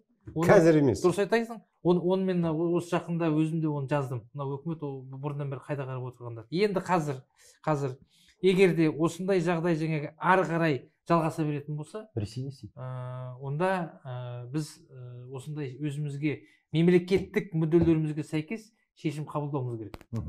Мысалы ашық түрде айтыңыз. Қазір мысал үшін қазір Ресейдің өзі кейбір товарларына Қазақстанға кіруге жаңағы шектеу қойып жатыр. Тосқауыл қойып жатыр ғой. Қазір Қазақстанда сондай тосқауылдар қойып жатыр. Енді жаңағы біздің бауырымыз айтып кетті, егер осындай геосаяси шиеленістер ары қарай жалғаса беретін болса, онда бізге шығуға тура келеді. Онда Евразиялық одақта тоқтата тұру жөніндегі мәселе қойылды. Тоқтата тұру деген қалай? Біз шығуымыз керек қой, олармен жұмыс істеуді тоқтатуымыз керек. Кедендік одақтан да. Ең негізгісі қазір біз кедендік одақ қой, ойлаңызшы. Бізде 3% қалады екен, мысалы. Біздегі ең негізгі мәселе Евразия дерлік 7%. 7%. Бірақ ол да аз ғой. Аз ғой, 7% деген. Ең негізгісі қазір мынау экономикалық есептер жасап, егер экономикалық тұрғыдан действительно тығырық болатын болса, онда бізге шешім қабылдау керек шығу жөнінде. Аманат партиясы бұндай шешімін қабылдайтын болса, мен қолдаймын бұндай шешімді. Қазақстанның бұл шешімде біз бірге болуымыз керек. Яғни елдік мүддеде, мемлекеттік мүддеде біз меніңше партиялар бірге қолдаймыз. Қазақстанның ұлттық мүдделері әрқашан жоғары болу керек.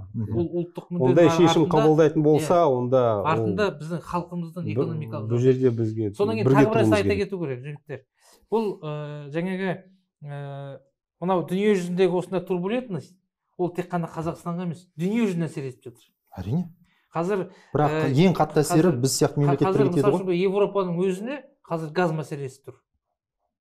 Ертең ол жақта да үлкен жаңағы экономикалық коллапс. Оны көріп отырмыз. Сондықтан бір жақты тек қана Қазақстан ғана жаңағы осының мынау душар болып жатыр деп мен мына Ереке, қолдаймын ғой, бірақ бір ғана оймен келісе алмай отырмын. Иә, билік мемлекетке тек қана бейбіт заманды былай қалыптасу керек, қорғау керек.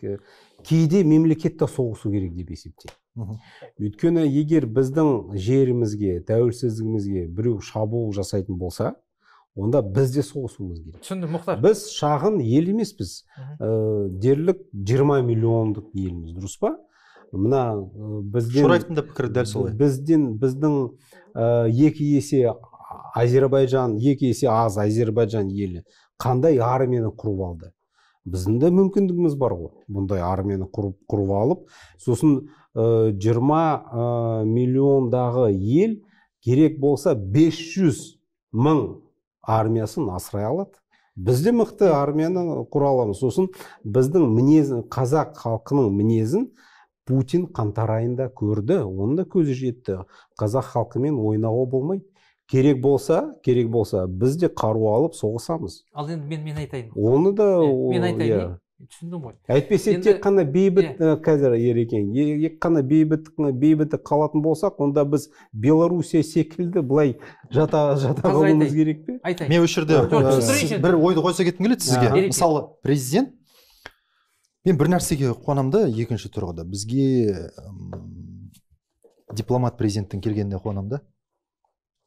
Себебі дәл қазір бізге егер сәл соғысқұмар президент келсе, мен біздің қазіргі жағдаймен, қазіргі мына қорғаныс әскерлеріміздің жағдайын қарай отырып, полициямыздың жағдайына қарап отырып, олардың бюджетіне және олардың құпия бюджетіне, тіпті олар қаншалықты дұрыс құртатынына қарап отырып, бізге максимум бізді жеңуге бір 5 күн кететін сияқты көрінеді. Мысалы, егер біз реал тұрғыдан қарайтын болсақ, сондықтан бізге қазір ұзақ мерзімді, мен ойымша көбірек ұзақ мерзімді переговорлармен жеңетін сияқты болып көрінеміз. Енді менің бұл жеке пікірім. Мен саған мынаны тек қана ойды қосайын. Қазір Ереке маған айтып отыр ғой енді. Маған айтып отыр ғой. Мен ойымша егер біздің халқымызға ойлану керек оған. Егер біздің халқымызға қару жарақ берілетін болса, мысалы 1 миллион автомат, мысалға деп отырмын да, онда біз де соғысамыз. Армиямызбен бірге соғысамыз. Енді басқа жол жоқ, басқаша болатын болса, онда мемлекетімізден айырып қалатын боламыз. Бізде сондай бір соғыс ашам деп тұрған ешкім жоқ сияқты бізге. Бермейсіңдер ме? Бердік. Бердіңдер ме? Мынау мемлекеттегі саясатшылардың ең негізгі миссиясы. Ол жаңа айттым ғой, халықтың бейбіт өмірін қалыптастыру. Екінші, Қазақстан жай ғана бейтарап болған жоқ. Қазақстан біріккен ұлттар ұйымының уставына сәйкес шешімдер қабылдау ұстанымын ұстап отыр. Біріккен ұлттар ұйымының ұстанымы дегеніміз ол барлық мемлекеттердің территориялық тұтастығы. Яғни қазір Қазақстан Украина мемлекетінің территориялық тұтастығын қолдап отыр. Бұл біріншіден. Яғни ДНР, ЛНР деген дұрыс емес, иә? Иә. Оны ресми түрде Украинаның территориялық тұтастығын қазір қолдап отыр Қазақстан. Ресейдің әрекетін спецоперация емес, соғыс ретінде қабылдайсыз, иә? Бұл біріншіден. Дұрыс, мен де бұны қолдаймын. Екіншіден, Қазақстан мемлекеті Украинаға гуманитарлық көмек жіберді. Мемлекет жіберді. Және қоғамның өкілдері жіберді. Бұл әрине дұрыс. Онан кейін ең негізгі мәселе Қазақстан Республикасының президенті Қасым-Жомарт Тоқаев Зеленскиймен телефонмен сөйлесті. Яғни бұл жерде Қазақстан жай ғана бейтарап болып отырған жоқ. Қазақстан өзінің принципті позициясын Қазақстан соғыстың тоқтауына мүдделі көрсетіп отыр. Бұл біріншіден. Мүдделі ғой Қазақстан. Біз, мысалы үшін, менің өзімнің пацифист болуым, жаңа бейбітшілікті қалауым, егер Қазақстанға жаңағы біреу Қазақстан территориясына заңсыз кіретін болса, мен өзімнің отанымды қорғамаймын деген сөз емес. Осы арада кім армияда болды? Армияда болдың ба сен? Әскери кафедра. Армияда болған жоқсың ғой? Жоқ, болған жоқсың. Мұқа. Мен армияда 12 жыл саясатта жүрмін мысалы. Мен тәуекелге өз басымды Жаңаөзенде тықтым, мына жерде де тықтым. Бірақ мен былай айтайыншы, мен біздің кезімізде, заманымызда... Мен жалғастырайын. Мен жауап бұл жерде беруім керек. Біздің заманымызда студенттер армияға барған жоқ. Сондықтан Ерболат, мен болмадым. Мен 2 жыл армияда болдым. Армия дегеніміз ол кездегі 2 жыл армияда мынау бүкіл соғыстың теориясы мен практикасын оқытып шығады. Ол кәдімгі жоғарғы білім сияқты. Біз кәдімгі дайынбыз. Сондықтан егер ертең біздің елімізге басқа біреудің аяғы кіретін болса, біз қолымызға қару аламыз. Жоқ, тек қана армияда болған адамдар емес, бәріміз соғысамыз. Және біз соған дайынбыз. Бірақ мен өзім бейбітшіліктің болғанын қалаймын. Өйткені соғыс дегеніміз ол біздің халқымызға қайғы, қасірет, бақытсыздық. Жоқ, бұл жерде тек қана ең негізгісі біз қайғы, қасірет, бақытсыздыққа. Жоқ, егер мен сіздерден бір нәрсе сұрайыншы. Бізге сондай соғыс ашылатындай қауіп төніп тұр ма сіздердің айтқандарыңызға қарасам? Әбден мүмкін, Ерболат. 100%. Әбден мүмкін. 100% төніп. Әбден. Енді ана Никоновтың, Федоровтың, Савастьянов, Жиринский, Мединский айтып жатыр ғой ашық түрде. Ертең ана солтүстікке келетін болса, бізде солтүстікте армиямыз жоқ, білесің бе? Бірде бір взвод жоқ бізде осында. Осы неге көтермейсіздер мәжілісте? Бірде бір Айдостарымның өзі айтты соны. Мен барлығын аралап шықтым, бірақ солтүстікте ешқандай біздің не қойылмаған деді. Солтүстікте түкті жоқ. Сендер маған сөз берсеңдер. Мен сені сұрап отырмын ғой. Сен сөйлесіп келе жатсың ғой. Бізді айтып болайықшы біздің. Айт, сөйлесіп отырсың ғой сен. Мен өзім. Мәжілісте де сен ана трибунан бар.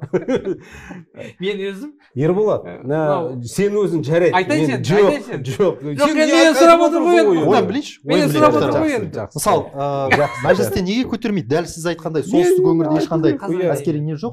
Мен қауіпсіздік комитетінің мүшесімін. Тем более. Мінекей. Қауіпсіздік қорғаныс комитетінің мүшесімін. Бізде жабық тыңдаулар өтеді. Жабық тыңдауларда көптеген мәселе көтеріледі. Бұндай мәселелерді, осындай мемлекеттің осындай және қауіпсіздігіне қатысты мәселелерді біз көбінесе жария айтпаймыз. Бірақ бұл мәселелердің барлығы қазір күн тәртібінде бар. Және әртүрлі мынау құқық қорғау органдарымен, қорғаныс органдарымен қазір тығыз байланыстамыз. Қазір біздің елімізде мынау азаматтық қорғаныс, территориялық қорғаныс бойынша біраз жұмыстар қазір атқарылып жатыр. Бірақ оны енді жария айтуға біздің ешқандай құқығымыз жоқ. Түсінікті. Енді сұрақ. Сіз пікір айтқыңыз келіп отыр ма әлде? Жоқ. Түсінікті. Қараңыздар, енді сұрақ, біз соғыс мәселесін аяқтайық та, шамамен бір 15 минут уақытымыз қалды, 10-15 минут. Сондықтан соңғы 1-2 сұрағымыз бар. Мысалы қараңызшы, сіз егер жер қорғаны партиясының мүшесі бола отырып, мәжіліске барсаңыз, президентті сынайсыз ба? Сынаймыз. Негесін басқа. Қазір де сынап отырмын ғой. Президенттің, яғни саясатын сынауға дайынсыз, иә? Әлбетте. Қазіргі таңда сынап жүрмін ғой.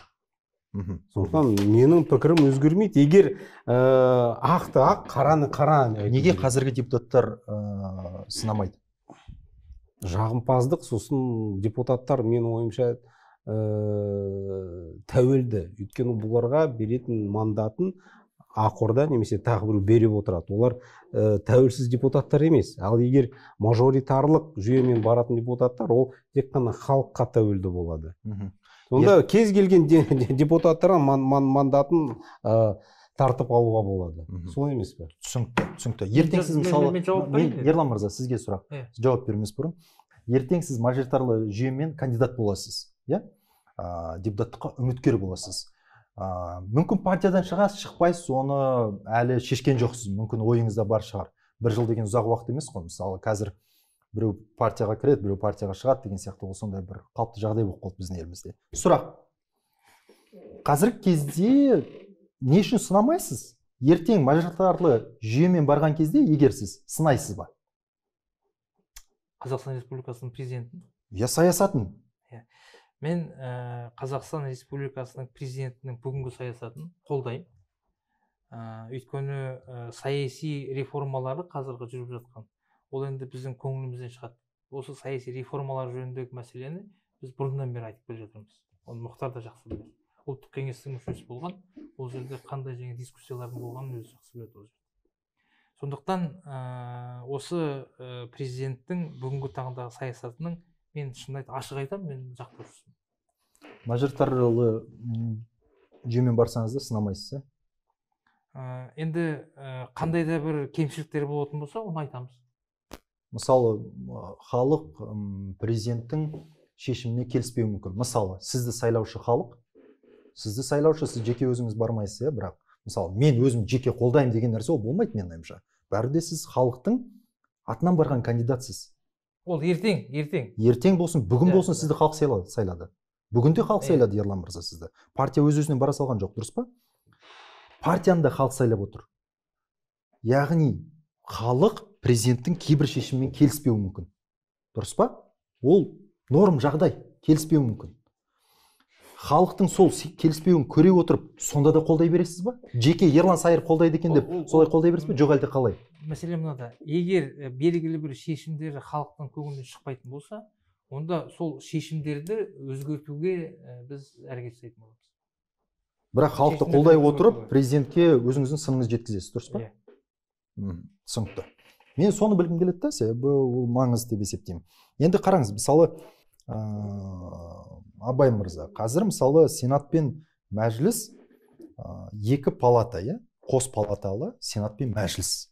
Біреуінде қанша депутат? 40-тан астам депутат, екіншісінде 100-ден астам депутат. Былай қарасаң, бір-бірін қайталайтын орган сияқты да.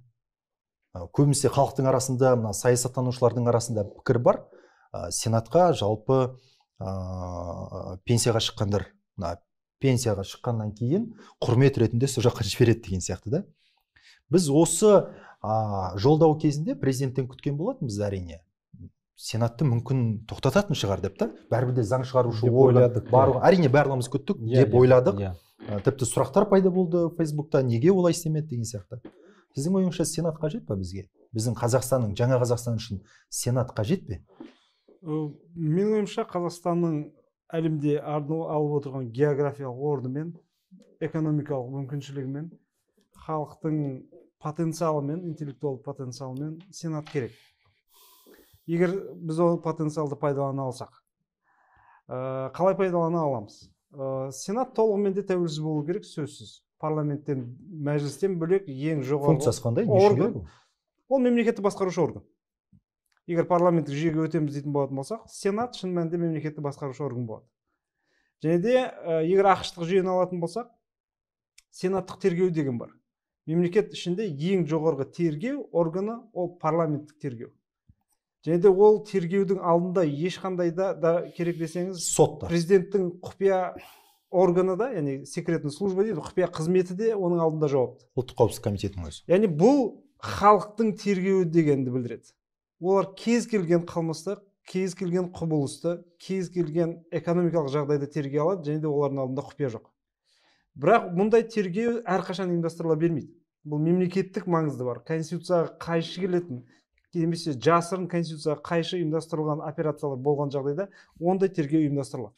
Сенаттың негізгі функциясы сондай болу керек па? Жоқ, Сенаттың негізгі функциясы тергеу емес. Сенаттың негізгі функциясы мемлекетті басқару. Президент емес, Президент емес, сөзсіз. Президент бұл атқарушы орган жүйесіне кіретін орган. Бізде суперпрезиденттік жүйе қалыптастырып қойып, президент өзін бөлек шығарып қойды. Шын мәнінде ол атқарушы жүйенің ішінде, яғни үкіметтің ішінде өмір сүретін орган. Осы кезде сұрақ туындайды, бізге президент керек па, әлде премьер-министр керек па деген сұрақ туындайды. Екеуінің функциясын ара-жігін ажырату керек. Мүмкін премьер-министрлікті президенттің өзі атқара берсін деген сияқты. Сол себепті кейбір мемлекеттерде президент бұл номиналды тек қана символ тұрғысында өмір сүреді. Қараңызшы, Абай мырза, сіз бір жақсы мәселені көтердіңіз. Бірақ президент қазір жаңа өзінің жолдауында суперпрезиденттен бас тартуымыз керек және мәжіліске өте көбірек күш беруіміз керек деді. Осы жерде Сенаттың ықпалының әлсірегенін көрсетіп отыр ма?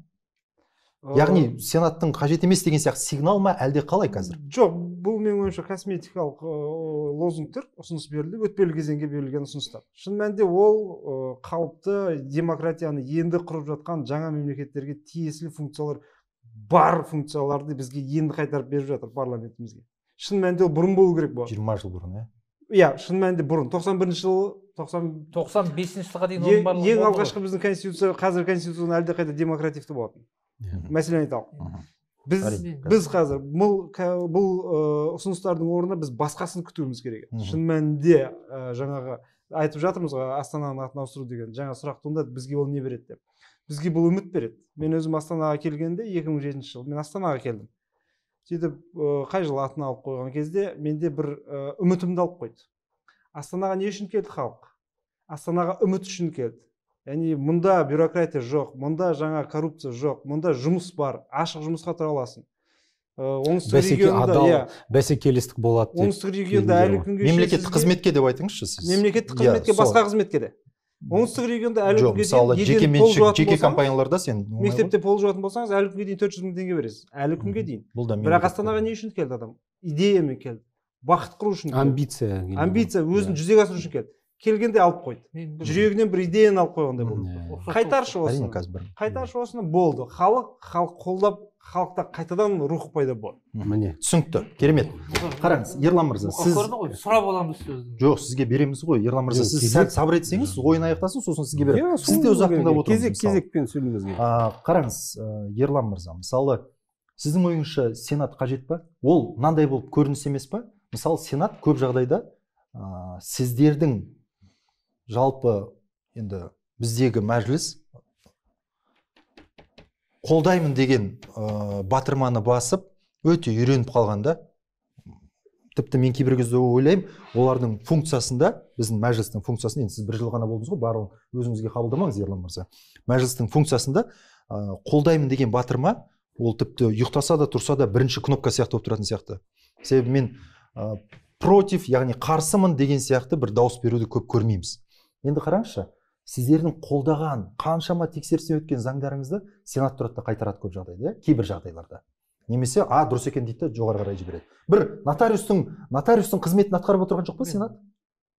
Түсінікті беріп өтейін. Иә. Жаңағы бірінші мәселеге де беру керек. Өйткені ондай мәселеге жауап бермесе болмайды. Парламенттің, мәжілістің ішінде процедура бар. Яғни жаңағы бүкіл айқай-шу, үкіметпен бүкіл келіспеушіліктің барлығы комитетте жасырын өтеді дегенсіз. Жасырын емес, ол жерде тікелей эфирде ашық қой барлығы. Тікелей эфирде біздің бүкіл комитеттің жұмысының барлығы ютубта тікелей эфирде өтеді. Оны тауып алу керек. Бір жыл болды. Бір жыл болды. Бүкіл комитет, одан кейін бүкіл правительственный частың барлығы тікелей эфирде өтеді. Жаңағы сонан кейін пленаркаға келген кезде бүкіл жаңағы мәселенің барлығы шешіліп, сонан кейін депутаттар жаңағы ана кнопканы басады. Ал жаңа екіншіге келетін болсақ, онан кейін оның барлығын көрулеріңізге болады. Көреміз. Стенограммада бар. Стенограммада көруге болады. Онан кейін тікелей эфирде көруге. Екіншіге мәселеге келетін болсақ, жаңағы Сенат пен мәжілістің арасындағы қарым-қатынасқа. Қазақстан унитарлы мемлекет. Бірақ дегенмен де Қазақстанның территориясы ауқымы, жаңағы бауырымыз айтқандай, жаңағы аймақтардың арасында біраз өзгешеліктер бар. Сондықтан бізге екі палаталы мәжіліс қажет, парламент қажет. Не үшін? Мәжіліс ертең мынау саяси палитралары ертең көбейеді. Ол жерде Мұхтар бар, жаңағы басқа да азаматтар, соның ішінде жаңағы ол жерде бүкіл жаңағы сол жердегі саяси процестің бәрі қайнайтын болады. Кейбір шешімдер мынау мемлекеттік кейбір мәселелерге қарама-қайшы келуі мүмкін болады. Сол кезде дүние жүзінде Сенаттың атқаратын функциясы Америкада да, сонымен бірге Францияда да. Мәжіліс атқара алмай ма? Ол жаңағы сол мынау төменгі палатаның жаңағы қабылдаған шешімдерінің барлығын мемлекеттік тұрғыдан қарап, мемлекеттік мүдде тұрғысынан қарап, соны сүзгіден өткізіп отырады. Бұл дүниежүзілік практика. Екі палаталы парламент дегеніміз, соның функциясының өзі сол. Мысалы үшін Франция унитарлы мемлекет. Сенат кімге бағынады? Франция унитарлы мемлекет. Францияда Сенат бар, және төменгі палата бар. Дәл сол сияқты Америкада да солай. Енді бізде әрбір тармақ бөлек қой мемлекеттік институт. Өзі теория бойынша 3 мемлекеттік институт бар. Атқарушы билік, заң шығарушы билік, сот билігі. Соның ішінде Сенат жаңағы заң шығарушы билік келеді. Сіздің ойыңызша Францияны үлгі ретінде бұл жерде алуға қиын, себебі Францияның конституциясы арнайы де Голльге арналған болатын. 5-ші республика. Сол үшін бұл жерде де Францияда да президенттің рөлі өте зор. Ал Қазақстанда не үшін Сенат құрылды? президенттің билігін сақтап қалу үшін ғой. Ол страховкасы болды. Егер мәжіліс президентке қарсы заңды шығаратын болса, онда сенат оны тоқтай алады, тоқтата алады, тоқтата алады. Сол үшін менің ойымша осы біз федеративті ел емеспіз. Унитарлық елміз, біртұтас елміз. Сол үшін бізге сенат қажеті жоқ деп есептеймін. Оның орнына бізге қуатты мәжіліс болу керек. 107 ма бүгінгі таңда, ол тым аз деп есептеймін. Тым ең кемімен 200 депутат болу керек мәжілісте. Және ол кәдімгі заң шығарушы орган болу керек. Ал мына Абылай бауырымыз, кешірім өтінемін, Абай бауырымыз ұсынып отырған моделін мен қолдаймын. Біз президентті сайлаған кезде біз шын мәнінде премьерді сайлауымыз керек. Америкадағыдай. Сонда осы біз дауыс берген президент түгел осы атқарушы билік үшін жауап беріп отырады. Бүгінгі таңда президентіміз ештеңе үшін жауап беріп отырған жоқ. Өйткені премьер бар.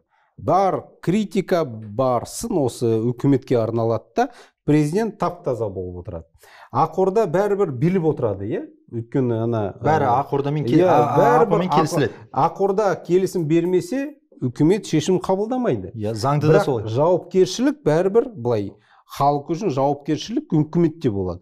Президент тап-таза болып отырады да, тек қана мына премьер-министр, жалпы үкімет мальчик для битья сияқты. Міне осы. Бірақ үкімет парламент әрқашан тек үкімет сынайды. Бізде басқаша болу керек. Біз президентті сайладық па, президент премьер секілді атқарушы билік үшін жауап беру керек. Менің ұсынысым осы. Түсінікті. Енді қараңыз, мен сенатқа қатысты өзім ойымды айта кетсем, біз экономикалық тұрғыдан қарайтын болсақ, кез келген жалпы саяси құрылым, ол бір экономикалық тиімділік болу керек сияқты да. Егер біз сенаттың функциясына қарасақ, ол бізге қандай экономикалық тиімділік алып келді? Яғни өзінің кеткен шығынын, мысалы жалақы бар, мысалы қаншама сенаторларды қолдайтын, ол жердегі аппарат бар, ол жердегі орын, жылу, басқа бәленбай жыл бойы, ұзақ жылдар бойы келе жатқан сондай системада қаншалықты солардың шешімі елге экономикалық тиімділік алып келді дегенге қатысты бізге билік түсініктеме беру керек сияқты. Яғни осы құрылым қаншалықты экономикалық тиімділік алып келді. Егер олар белгілі бір кезеңде ғана сондай мемлекеттік мүдделік тұрғысынан қажет болса, онда бізде президент бар ғой. Сол президент ақ мемлекеттік мүдде тұрғысынан дұрыс шешімді қабылдайтын сияқты. Немесе бізде қазір ұлттық құрылтай деп жатыр, кеңес деп жатыр. Тегін ақ атқарып жүрді, сол жерде жігіттер ешқандай да қаражат алмай. Дұрыс па мысалға? Солар ақ сондай мүдделік тұрғыдан жиналып, ақылдасып шеше алады мысалға. Мен жақында бір сенаттың білім туралы жиынына қатыстым. Өте менің ойымша позорно деңгейде өтті. Мен ондай жиынға екінші рет қатыспаймын деп шештім мысалы. Бос сөз, сандырақтап әр нәрсеге кетіп қалған, нақтылық жоқ. Ал мәжілістің бір жиынына қатыстым. Енді мақтағаным емес, мәжілісте точность бар, нақтылық бар. Нағыз дискуссия, комитет, сіз дұрыс айтып отырсыз. Комитетте көп затқа қарсы, мысалы, білім мәселесіне қатысты болсын, қарсылықтар туады, қарсы дауыс береді мысалға, ондай бар комитетте. Бірақ ол көбірек көріну керек сияқты. Әсіресе менің ойымша пленаркада да көрсету керек сияқты оны. Себебі мәжіліске сол кезде сенім қалыптасады. Бәрібір де адамдар комитетті көре бермейді, Ерлан мырза. Пленаркада көреді да. Сіз қазір фракцияның төрағасының орынбасарысыз. Менің ойымша сондай ұсынысты айту керек. Керісінше пленаркада нағыз война болу керек та. Нағыз ол жерде спор болу керек. Бәрі бір-біріне қарсы шығу керек деген сияқты. Сол кезде біз тұрамыз да, қарапайым халық көреді, значит, бір нәрсе талқыланып жатыр ең құрғанда да. Ең құрғанда Абай айтпақшы, Астанаға келген кезде маған үміт пайда болды деген сияқты, сондай үміт пайда болады да. Понедельник күні өкімет сағаты болады, сағат 10-да. Қатысыңыздар. Жақсы. Шақырыңыздар. Онан кейін среда күні жоқ, онлайн ғой. Жоқ, шақырыңыздар, онлайн. Онан кейін среда күні пленарка болады. Бізде сұрақ қояйық. Қатысыңыздар. Көрермен болыңыздар десеңізші. Егер шақырамыз скоро. Давайте, шақырыңыздар. Келістік. Соңғы 2-3 сұрақ. Мынадай сұрақ, мысалы, сіздің өзіңізден сұрағым келіп отыр. Осы жолдауда Президент Тоқаев реформаларда президент болу талаптарын өзгертпеді. Біз бәріміз күттік, көпшілігіміз. Ата заңымыз бойынша президент сайлауы 5 жыл, ол түсінікті. Сонымен қатар 5 жыл не болу керек? Мемлекеттік қызмет несі болу керек. Ертең сіз де қатыса алмайсыз президентті сайлауға, ниетіңіз болса. Себебі өзіңіз айтып отырсыз ғой, 2-3 жыл болдым деп отырсыз, мысалы. Мәжіліс осындай ұсынысты айтады ма? Енді бәрібір де мәжіліс қой ұсынатын көп жағдайда. Президент болу талаптарын өзгертуге қатысты. Егер қоғамдық қажеттілік болса айтамыз. Қажеттілік менің ойымша. Айтасыздар, иә? Түсінікті. Мынандай соңғы 2 сұрақ, Мұхтар аға, өзіңізден бастасам.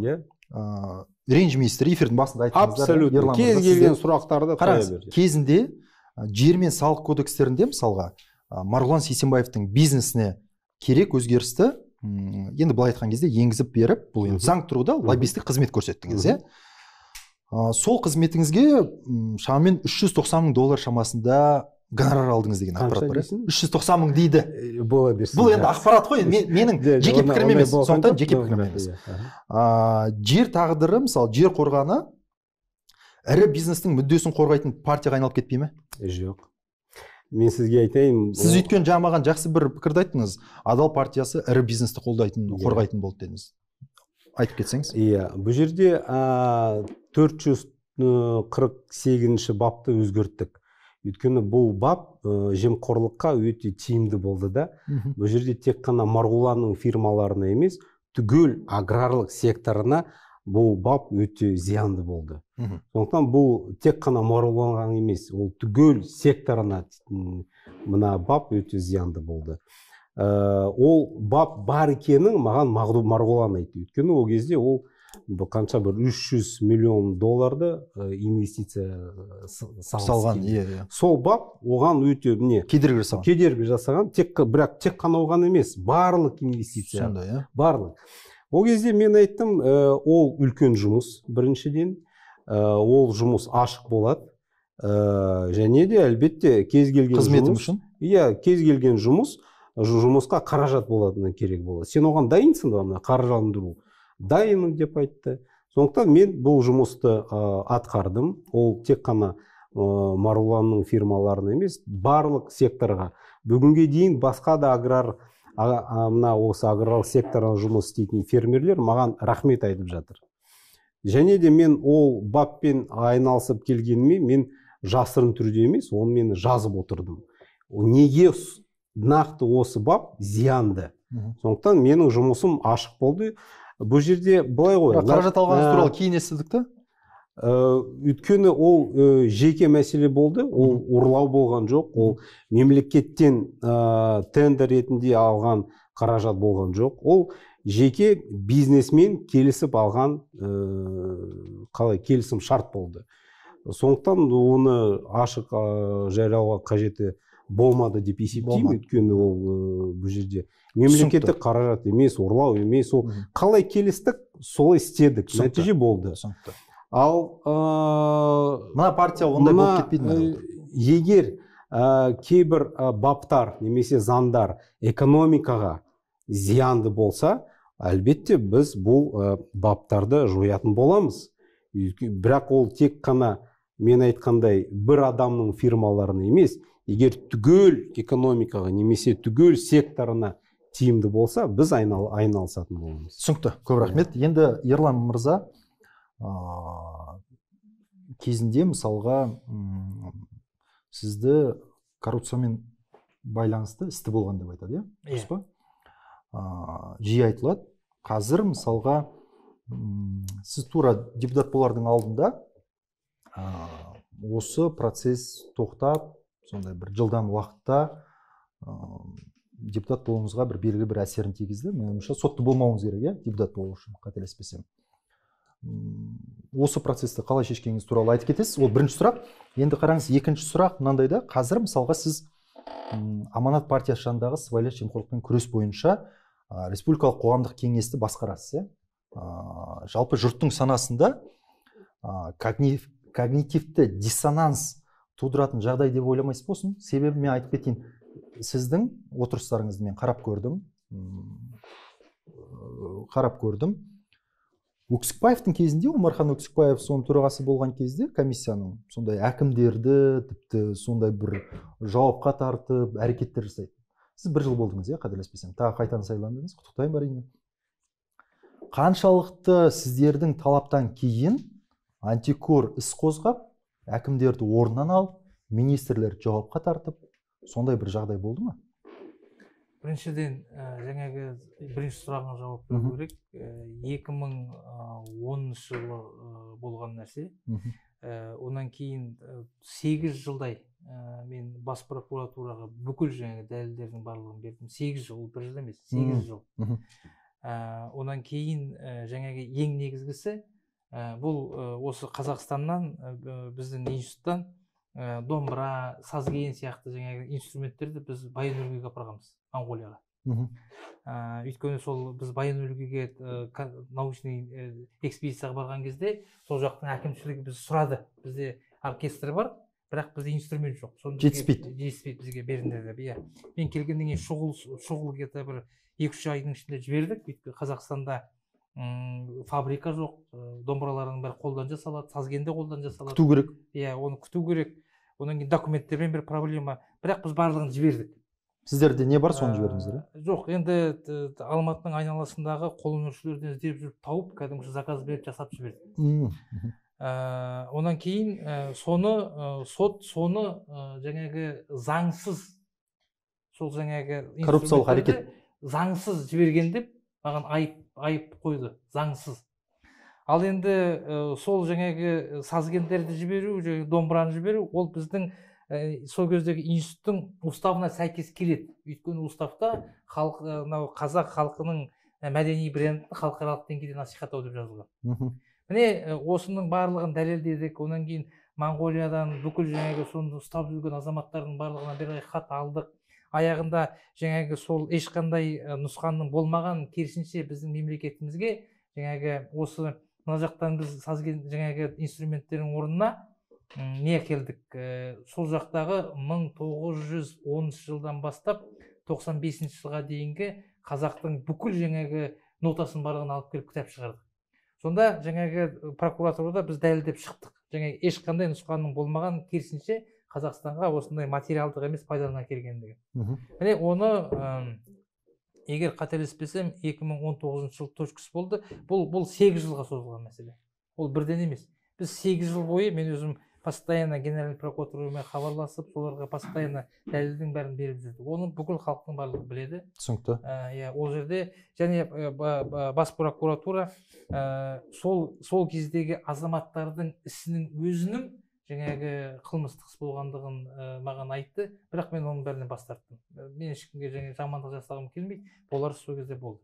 Ал енді мен өзім жаңағы коррупцияға күрескерлердің коррупциясының өзім жаңағы солардың таяқ жеген. Сондықтан бүгінгі таңда мен коррупцияның не екендігін және оның түп тамыры қайда екендігін жақсы білемін.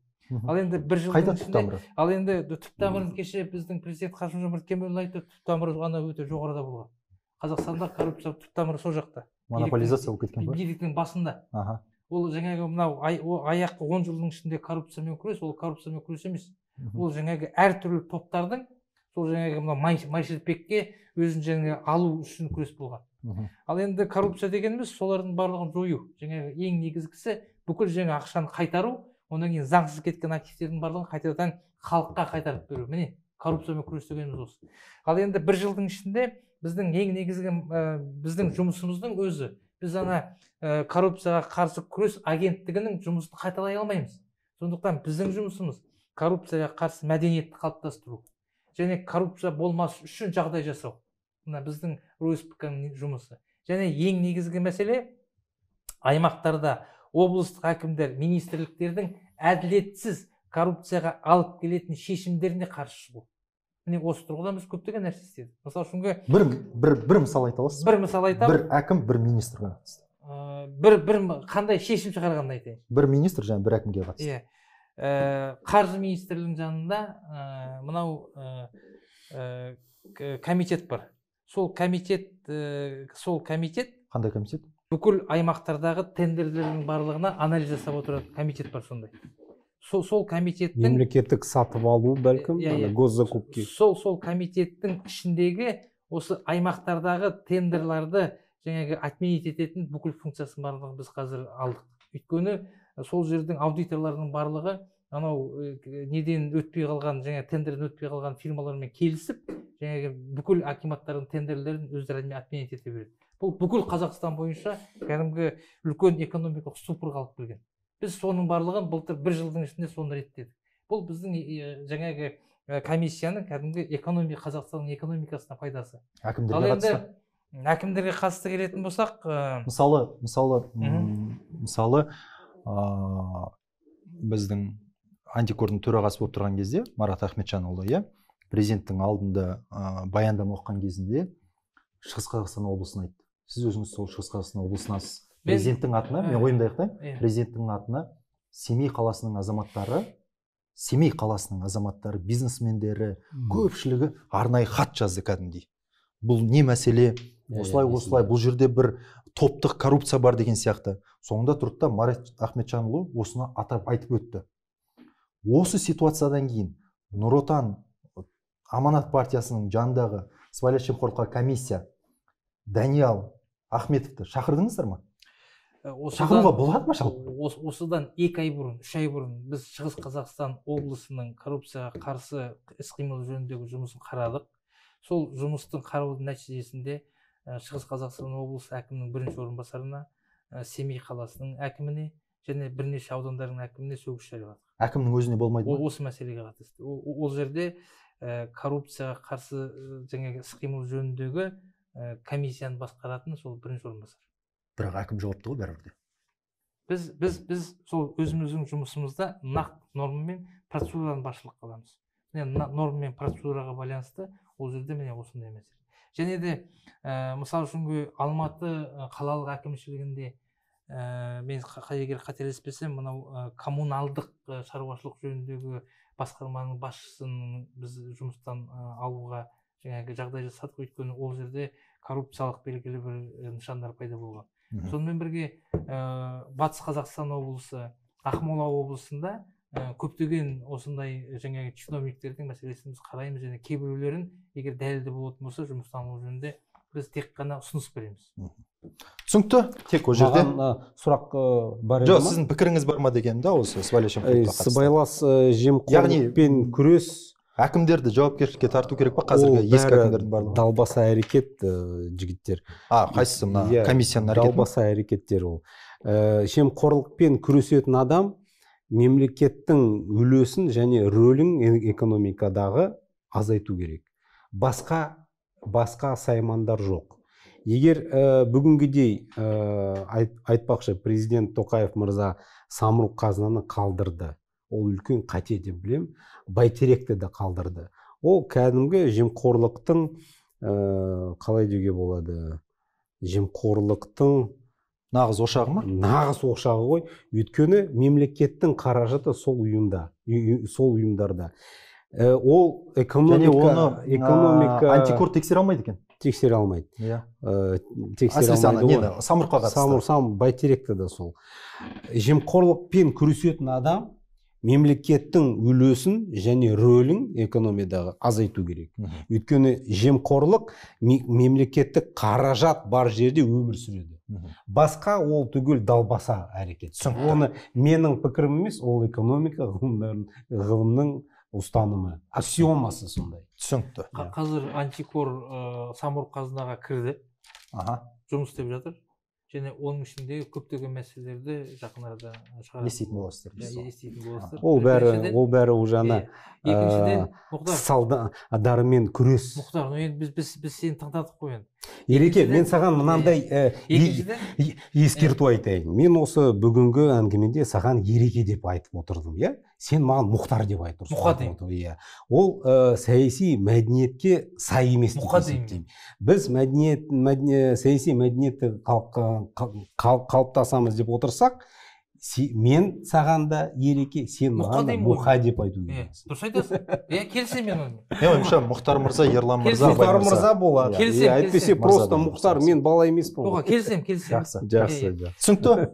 Қазір мен айтып кетейін. мен мұға сені Аха. жаңағы осы біздің РОСПК-ның жұмысына анда қатысуға шақырамын. Келіп мүшесі боласыз ба нұр отан жанындағы комиссияның? Көрейік, келіп, мағына болса көрейік барып, иә, былай мағына болса. Бірақ бұл жерде қағида тұрғыда шешімдер, қабылдану керек. Просто ана дәрімен күрес ол мағынасыз күрес. Ана жемқорлыққа қарсы агенттіктерді жіберу, оларда пара алу мүмкін. Солай емес пе? Бұл жерде экономикалық шешімдерін қабылдау керек. Түсінікті, көп рахмет сіздерге. Рахмет. Көп рахмет. Сұхбат өте қызық болды. Сіздерге ешқандай реніш жоқ, Ерболат. Мүлдем, ол бәрі сұрақтарын орынды болды. Біздің негізгі тақырып, құрметті көрермен, мына жаңа Қазақстанды құрамыз деп жатырмыз ғой енді. Меніңше, жаңа Қазақстан ба, ескі Қазақстан ба маңызды емес, әділетті Қазақстанды құруымыз керек. Яғни Қазақстан әділетті болу керек, яғни сол қадамдармен жұмыс жасауымыз керек. Және біз ескі Қазақстан ішінде қазіргі билік, қазіргі партиялар билікте отырған жауапты екенін ұмытпау керек ешқашан. Бұл тақырыпты біз әлі де талқылай беретін боламыз. Сізбен алдағы уақытта Алмазбек Садырбаев мырзаны ресми түрде шақырғым келеді. Мен дайын. Сізбен, яғни ол да партия құрам деп жүр, қателеспесем. Тамаша, көп партия болсын. Сондықтан сіздермен бұл талқылауды өткіземіз деген ойдамын. Сізге де рахмет, ашықтығыңыз үшін бірден келісіп. Барлығыңызға рахмет. Алдағы уақытта құрметті көрермен, дауыс салу процесін, дауыс беру процесін жасаймыз. Яғни, егер сайлау болған жағдайда, егер жер қорғаны партиясын әділет министрлігі тіркеуден өткізіп қабылдаған жағдайда, сайлау болған кезде Аманат партиясы жеңеді ме? Немесе өздері кімге дауыс береді? Кімге дауыс бересіздер? Немесе жер қорғаны партиясына дауыс бересіздер ме? Қайсына бересіздер? Яғни сол жерде сол дауыс беру процесін жасасаңыздар, әрине кезіндегідей ана бот деген сияқты процесті қолданбасаңыздар, ол да көрінеді ғой. Иә, ол да көрінеді. Сондықтан ол мәселе болмаса, мен ойымша бір әділетті жауап шығады деген ойдамын. Көп рахмет барлығыңызға.